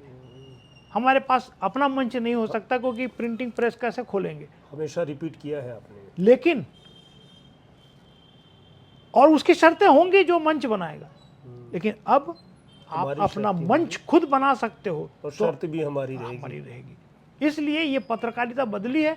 अब जो नई पीढ़ी है बस उसको उसी ईमानदारी से लगना चाहिए, उस विज़न को पकड़ना चाहिए, पढ़ना लिखना चाहिए और एक चीज़ समझना चाहिए कि वो दर्द रहे किसके लिए पत्रकारिता कर रहा है। वो दर्द उसके लिए रहे कि जो आम आदमी के लिए, जिसके लिए पत्रकारिता किया, और किसी दूसरे दुकान जाके नहीं खोल लिया या दूसरा कोई काम नहीं किया। क्योंकि हमारे बबन जी को फिर मैंने बातचीत के आखिरी दौर में याद करूंगा, वो एक बात कहा करते थे कि आपके यहाँ किसी ने पीले चावल भेजे थे क्या जो आप पत्रकारिता करने आए हो? जब इस फील्ड में आ गए हो तो इसकी जो ज़रूरत है उसको भी पूरा करो। 36 से 38 साल के अनुभव को चंद मिनटों या घंटों में समेटना नामुमकिन है। रुद्र अवस्थी बहुत बड़े व्यक्तित्व हैं। हमने कई सवाल छोड़ दिया है। जानकारी देते चले कि रुद्र अवस्थी जी इनाडू के लिए भी रिपोर्टिंग किया है। हमने एक सवाल और भी छोड़ दिया है कि बीबीसी लंदन की पत्रकारिता उन्हें अवसर कैसे मिली। हम कई सवाल छोड़ चुके हैं, लेकिन बताते चले कि लंदन तक की यात्रा यानी लेखन से इनाडू तक की यात्रा, जनसत्ता की यात्रा, टाइम्स ऑफ इंडिया की यात्रा, कई पत्र पत्रिकाओं में रुद्र अवस्थी के कलम चला है, जमकर चला है। अब ज़्यादा बताना नामुमकिन है क्योंकि व्यक्तित्व बहुत बड़ा है। दीजिए आज्ञा, नमस्कार।